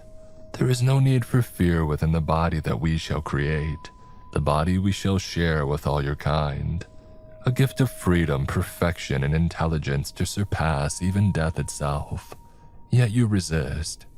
Why? Why do you not join our call? See the world as it was meant to be. Joseph stretched his hand out again as though offering friendship. All of this shall be yours, and more. Richard cocked the gun and then pointed it straight at Eckley before responding. I think I speak for both of us here when I say, screw that. Just as he pulled the trigger, Joseph's face split apart, and a snake-like appendage snapped forward, grabbing Richard's arm and flinging him across the docking bay. Immediately, I ran for cover as the abomination moved like lightning towards me. No longer putting up a charade, it used Eckley's body to clamber across the walls the same way the insect did within the case, leaping towards me and thrashing my body against a large metal frame. More tentacles sprouted from its chest as Joseph's skin slid off and its maw widened, the voice ringing inside my head. Testament of corpses, heir to Octurn.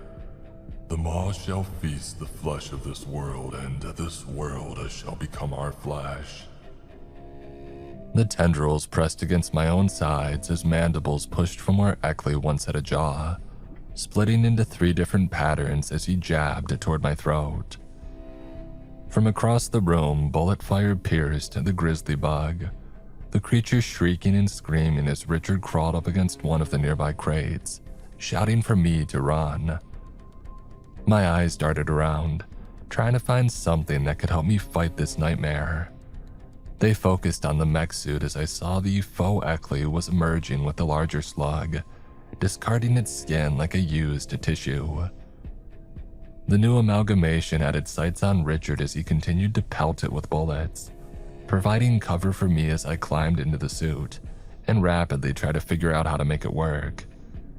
I didn't even have time for a crash course. I thought as I watched the membrane of the living slime was forming crystalline fractures on the steel floor, like cracks in a sheet of ice. Ice, cold. They like it cold. I recalled Joseph admitting as I saw a mechanism for a flamethrower on the mech's right arm and immediately turned it on high blast. The blazing heat of the gases shot out across the room, making the slug roar even louder, and that only made me focus the nozzle of the weapon with renewed intensity. The alien membrane didn't strike back this time, instead retreating like any threatened animal would and lurching toward the docking doors.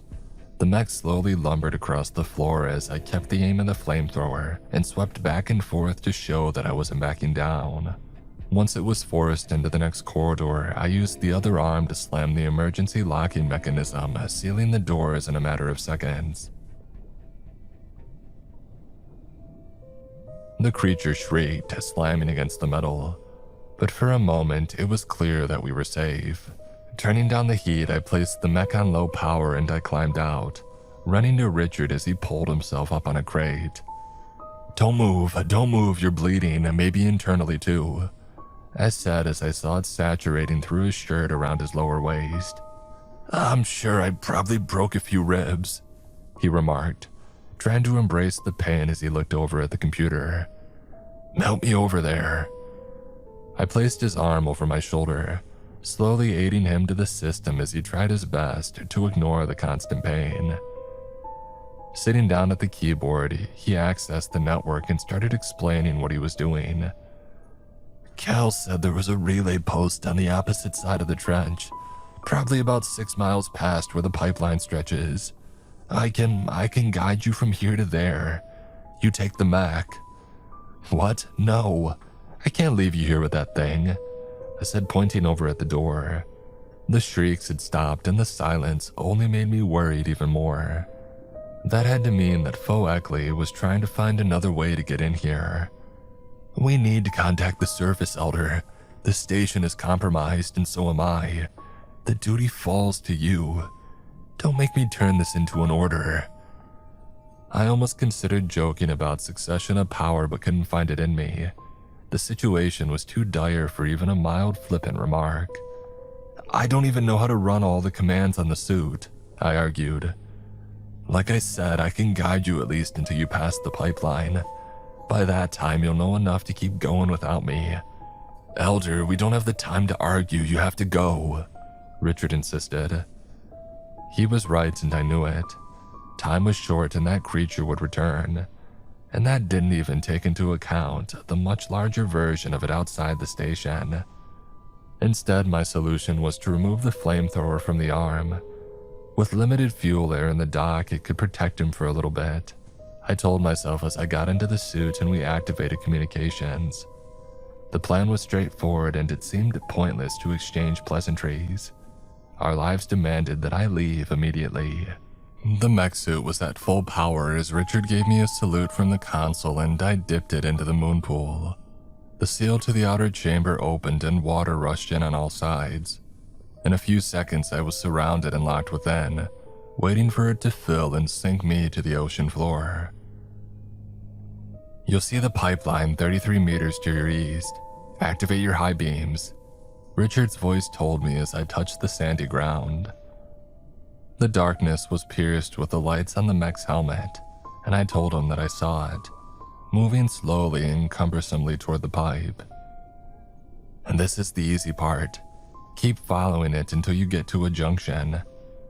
Elder, I'm gonna go radio silent unless I need to communicate, he told me next. Wait, what if that thing comes after me? I asked. My friend didn't respond. The channel was already closed. But he didn't need to. I knew if that creature wanted to crush me like an ant, it would. I kept the beams of low light just to avoid detection from it and had the arm of the mech against the pipeline, blindly moving across the trench as silence surrounded me. The rock walls, once slithering and covered in those tendril vines, were now as still as statues. Their motionlessness left me more worried than relieved as I had reached the junction. Turn south, Richard ordered. I did as instructed, but stopped a few steps later when the pipe suddenly came to an end and I was stumbling into darkness. Damn, I said as I tried to make sure that I didn't miss it. The pipeline had been destroyed into nothing but dust. I told Richard the situation and he reassured me that he would keep guiding. I'll need to activate lights. That thing, it'll be here in minutes, I said worriedly. Just keep moving. I recalled the concern that the mech could easily fall into an unseen pocket, and I would be dead before any monster did the deed. So even though Richard told me to keep it dark, my fear finally took a hold of me and pushed the button to turn the beams on high. The ashy sand appearing in front of me for the next few meters was a comforting sight, but I knew that it wouldn't remain that way. Now, with a clearer view, I started to earnestly push forward before the beast found me. Unfortunately, even with the ability to avoid pitfalls, the pipeline was nowhere in sight. Richard, what do I do now? No response. I tried again, this time only to find something was jamming my signal. And then I heard it, the familiar, incessant hiss. The swarm had found me. I saw the rock walls reshape and slither, flagellating themselves with crystalline tendrils as the roar grew louder and the ground beneath my feet shifted. The empty, blind tentacles searched for the source of the light, and even though my better judgment told me not to, I shut down the beams as I kept running. I did not get far. A few more missteps and I was tumbling downward, the heavy suit bashing against me as I heard the interior system alarms blare. Once I had stopped, I realized I couldn't move at all. The mech was now lodged, somehow in rocks or sand, I couldn't tell. The screams of the monster echoed as it kept searching, and I tried in desperation to call Richard again. The interference was even stronger. reinforcing my fear that I was likely going to be stuck there until I ran out of power and then out of oxygen within the suit. According to the data readout, that could be within mere minutes. I closed my eyes, trying to steady my breathing and remain calm, although it really made no difference. Open or shut, only the dark greeted me on all sides. The suit was offline a minute later and silence now engulfed me. Even if I prayed, I didn't think a God would hear after all the hell that I had been witness to. There is no God down here, I thought as I tried to stay conscious. The system failure made any bodily function, even the flutter of my eyelids, feel painful. All that was left for me was an agonizingly slow death, and then I would join the darkness. Just as I felt my head start to pulse and I grew dizzy, I was sure that I saw something amid the shadows. Was it the monster? A hallucination? I couldn't tell, nor could I find out, because the next thing I knew, I was gone. Not even the hissing rang in my head. I should have been dead. Maybe I was dead. But when I next felt the world, I took a sharp breath and snapped my eyes open, my surroundings entirely new and unfriendly. I was tied hands and feet and against a wall, a woman staring down at me with a gun in my face. She looked every bit as frightened as me. "Why did Asperia send you here?" she asked. Where is here?" In response, she hit me across the face with the butt of her gun as hard as she could. "Don't play dumb with me, boy," she warned as she thumbed back the hammer of her gun. "I'll ask one more time. Why did they send you here?" Blood trickled out of my mouth as I desperately tried to tell her what I thought she wanted to hear. "Reconnaissance to Substation 46. The facility had gone dark for the past week. Please, for the love of Christ, that's the truth." I saw hesitation in her eyes and I looked around the small room that I was in. "This is the relay station, isn't it?" When she confirmed it, I remarked, "In other words, you already knew that 46 was offline, because you haven't been accepting any of their calls, have you? And for good reason. You've been inside the trench, I see it on your face. You know the nightmares that are hiding within the walls." She responded as she lowered her weapon. "The operator, Joseph Eckley, he was attacked by some kind of deep-sea gelatinous creature I've never seen. It wore his flesh like a suit," I told her. She didn't even seem shocked by that news either, so instead I said, We need to alert the surface to what has happened. This thing will absorb all life if we don't stop it." "I'm afraid that won't be happening," she answered, quickly explaining when she saw my puzzled expression. "My mission ends in a week's time and then I get to automatically jettison to the surface. Any communication between then and now is dangerous." So wait, the choice to go dark was deliberate, I realized. Correct. Once I realized 46 was compromised, I shut everything off in order to hide. Meanwhile, Eckley decided to pay a subscription to Bug Buzz monthly. I said with a contrite laugh, wishing that our situation wasn't so dire. I knew there was something off whenever his computer started sending me hidden codes in their transmissions. Before he was fully absorbed, the AI must have been able to detect the threat. Then the next thing I knew, the supercomputer itself had been compromised and stopped sending anything at all to me. So I decided to send something back, just in case anybody came knocking, like I assumed our lovely company cats would send, she said as she took a step back toward the console. My eyes widened as I realized what she had done. The Morse code, the message telling any rescuers to leave, that was you. Correct again, but I take it from the state I found you in that message did not get across to you in time. I thought of Richard looking toward the console. I have an officer still there trapped with that thing. She gave a sigh. Oh, then you must know by now that they're dead, or something far worse has happened. I'm sorry. I didn't want to believe her, but I knew that I had heard that sense of finality in Richard too. His injuries had already been too severe, and with this much passage of time, it likely meant the creature had found a way to reach him and absorb him in the same way as all the others. No, no, no, I shouted as I tried to free myself of the bonds. Listen to me, listen, she told me, grabbing my shoulders and then ordering me to match her breath. Somehow, after a few gentle exercises, my heart rate had returned to normal. I am sorry for your friend, truly I am, but their sacrifice will be in vain if we risk opening a channel for any reason at all. We are hiding in the dark until the week reaches its conclusion, and then we're getting out of here. Until then, I will feed you and help you regain your strength. Maybe if you even prove trustworthy enough, you can get those bonds off. Haven't you already confirmed that I'm human? I said, nudging my shoulder in the generic direction of my bleeding lip.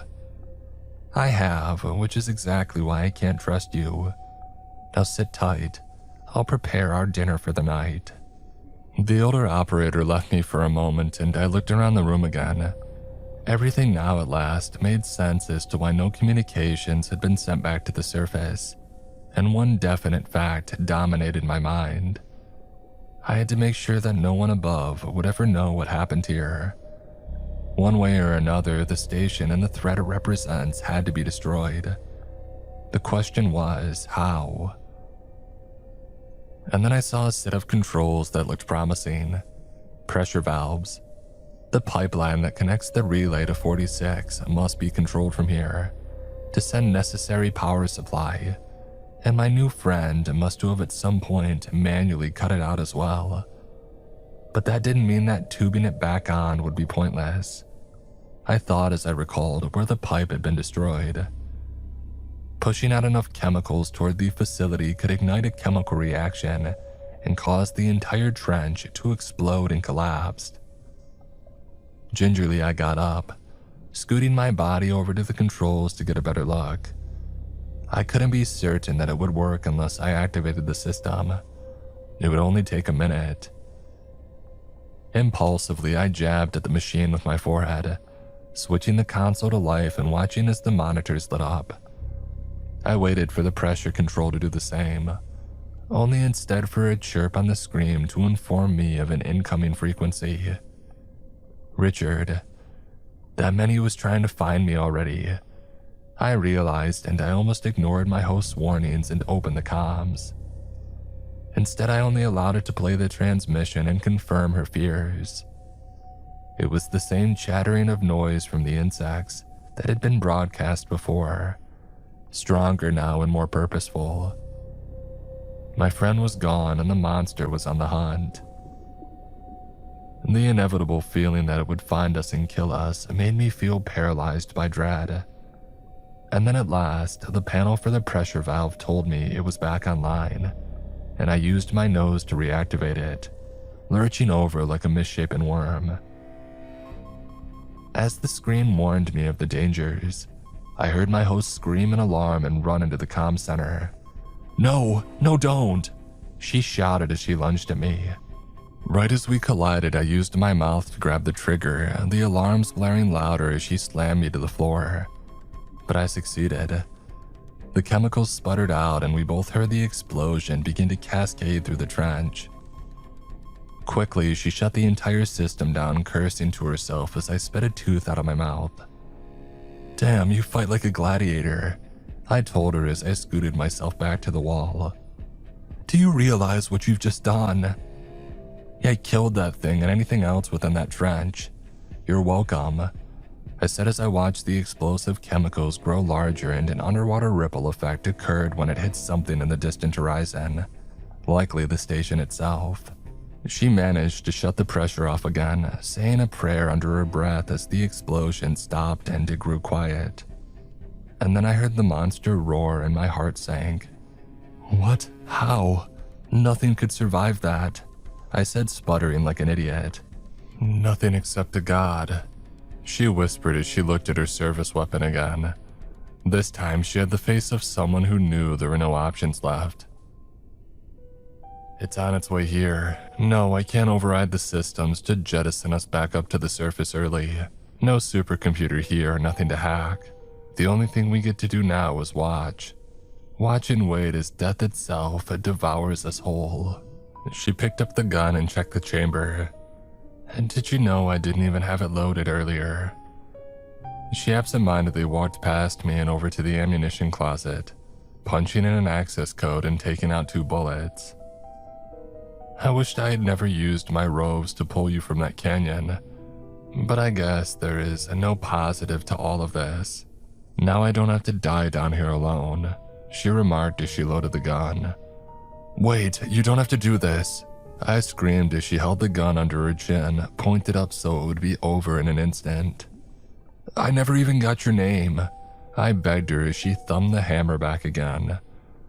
Her eyes twinkled with sadness and a resilience that I wish I could muster. My name. I had almost forgotten my name, she said wistfully as fresh tears touched her cheek. It's Keza. Keza Mason. I tried to give her a gentle smile. Mine's Elder. Elder, that's a strong name. Means wisdom, authority, she commented. The roaring was growing louder, the small relay station shaking. Oh, what does Keza mean? I said, trying to get her to put the gun down. It means innocence, purity. Keza, we can get out of this, I know that we can, I told her. The beast was almost on top of us. Her face was as still as a statue. You know something, Elder? I think we should trade names. I can see your innocence as plain as day. And you can see it for yourself when we get to the surface, I implored her. We won't be getting to the surface, Elder, but that's okay.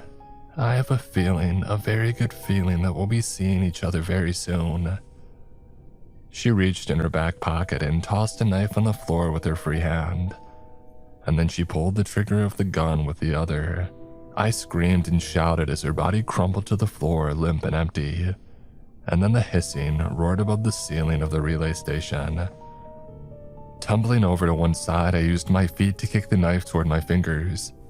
I sawed at the zip cords that she had used to bind me, staring into her dead gaze as sweat rolled down my face. When my hands were free, I stumbled over to the comms, trying to activate a signal to the surface. Mayday, Mayday, this is the relay station, Romina. Station is under attack and compromised. I heard the hissing right outside the walls and I saw black ooze begin to push its way through the seams in the hull slowly and purposefully. It would absorb me as soon as it got inside. I turned from the station and picked up the gun, my hands trembling as I stepped back to the console. The insects were now swarming around Keza's corpse and pushing their way into the wounds to fill her with their essence as I pressed my left hand against the comm again and thumbed the hammer of the gun back with my right. I swallowed a dry gulp of air, struggling to find the words as I saw her corpse melting away and beginning to tremor as the alien invaded her very being. Do not send help, I repeat. Do not send help. I shouted into the comm and then proceeded to transmit the warning to the surface. Only one thing left to do. I'll whip the gun against my temple and pull the trigger. At least I'll get to see my friends on the other side.